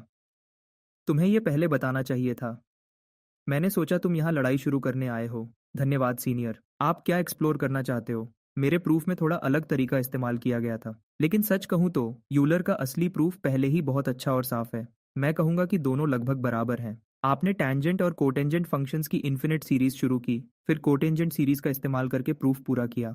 मैं सच में क्यूरियस हूँ कि ये आपको कैसे सूझा। मैंने जवाब दिया, ठीक है, जैसा कि आप जानते हो मैं अभी भी सिर्फ एक हाई स्कूल स्टूडेंट हूँ। मेरे ज्ञान की अपनी सीमाएं हैं, तो मैं सिर्फ उसी से काम कर सकता था जो मेरे पास था, एक सब्स्टिट्यूशन लगाकर और ट्रांसफॉर्मेशन के जरिए काम करके। l'Hopital's रूल आपको जवाब तक पहुंचा देता है। जब आप इसकी गहराई में जाते हो तो यह बस एग्जाम के दौरान उसी वक्त प्रॉब्लम सॉल्व करना था। डॉक्टरल कैंडिडेट हंसा। कोल, तुम कैसे से थे कोल, तुम कब से इतने नरम हो गए? तुम्हें सुनकर मुझे लगता है कि शायद मुझे अपने फंडामेंटल्स को दोबारा देखने की जरूरत नहीं है। फंडामेंटल्स कभी पुराने नहीं होते। डॉक्टरल लेवल पर भी कभी कभी अंडर ग्रेजुएट क्लास में बैठना कुछ अनोखा शुरू कर सकता है, खासकर मैथमेटिक्स में जो सबसे ज्यादा कल्पना मांगता है। सिर्फ प्रॉब्लम्स को सॉल्व करते रहना हमेशा आपको वहां तक नहीं पहुंचाएगा। सच्ची सलाह। समझ गया। धन्यवाद कोल। अगर तुम कभी जापान आओ तो मुझसे मिलना, मैं तुम्हें घुमाऊंगा। तुम निराश नहीं होगे। मेरी आंखों में कुछ चमका। जापान के एंटरटेनमेंट डिस्ट्रिक्ट्स, मैंने सुना है कि वह बहुत से मर्दों की बकेट लिस्ट में होते हैं। मैं सोच रहा हूँ कि क्या हमारे डॉक्टरल दोस्त के इस डिपार्टमेंट में कोई कनेक्शन है। अच्छा, मैं अब आपका और वक्त नहीं लूंगा। अलविदा। लाइन में खड़े बाकी चैलेंजर्स के लिए एक दोस्ताना याद दहानी। आपको मैथ के सवाल लाने की जरूरत नहीं है जब तक आप सच में दुनिया के अनसुलझे मसलों में से कोई एक कोल पर फेंकना नहीं चाहते। यह उसके आखिरी शब्द थे कनेक्शन काटने से पहले, और अगला चैलेंजर पॉइंट कैरी कंजेक्चर के साथ अंदर आया। मैं इतना चिढ़ गया था कि मैंने उसी वक्त एक प्रॉब्लम सॉल्विंग कार्ड जला दिया। उसके बाद बचे हुए चैलेंजर्स साफ तौर पर घबरा गए थे। उनमें से कई तो अपने तैयार किए हुए प्रॉब्लम्स को पेश भी नहीं कर पाए, और इसके बजाय पहले डॉक्टरल कैंडिडेट की तरह बस मुझसे कुछ आम बातें की और फिर चुपचाप चले गए। जब मैंने केमिस्ट्री और बायोलॉजी में भी अपनी महारत दिखाई तो किसी भी स्ट्रीम रूम में एक भी इंसान मेरे टॉप स्कॉलर टाइटल की कीमत पर सवाल नहीं उठा रहा था। इसी बीच नॉर्थ स्टार फोरम पर स्टूडेंट्स ने पहले ही अपने असली नाम से माफ़ी मांगना शुरू कर दिया था और वादा कर रहे थे कि सेमेस्टर शुरू होने पर मुझे खाना खिलाएंगे। रुको, हमने काफ़ी प्रॉब्लम्स सॉल्व कर लिए हैं, चलो कुछ और कमेंट्स लेते हैं जवाब देने के लिए। मैं ऐसा इंसान नहीं हूँ जो अपनी ऑडियंस से अलग हो जाए, पूरा वक्त ऐसे प्रॉब्लम्स पर लगाए जिन्हें कोई समझ ना सके। ये सबकी सेल्फ एस्टीम पर चोट है। माफ़ करना, मुझे सब समझ आया, मैंने तो इसे खुद सॉल्व किया। स्ट्रीमर्स को हम पर भरोसा नहीं है। अगर तुम इतने ही महान हो तो निंगन आओ, हम तुम्हें तुम्हारी जिंदगी का सबसे अच्छा स्पाइसी हॉटपॉट खिलाएंगे। स्ट्रीम को सवालों और नकली गुस्से से भरते देखकर मैं सच में खुश हुआ।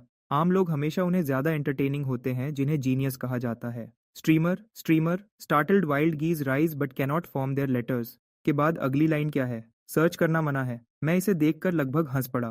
क्या ह्यूमैनिटीज के स्टूडेंट्स बगावत कर रहे थे?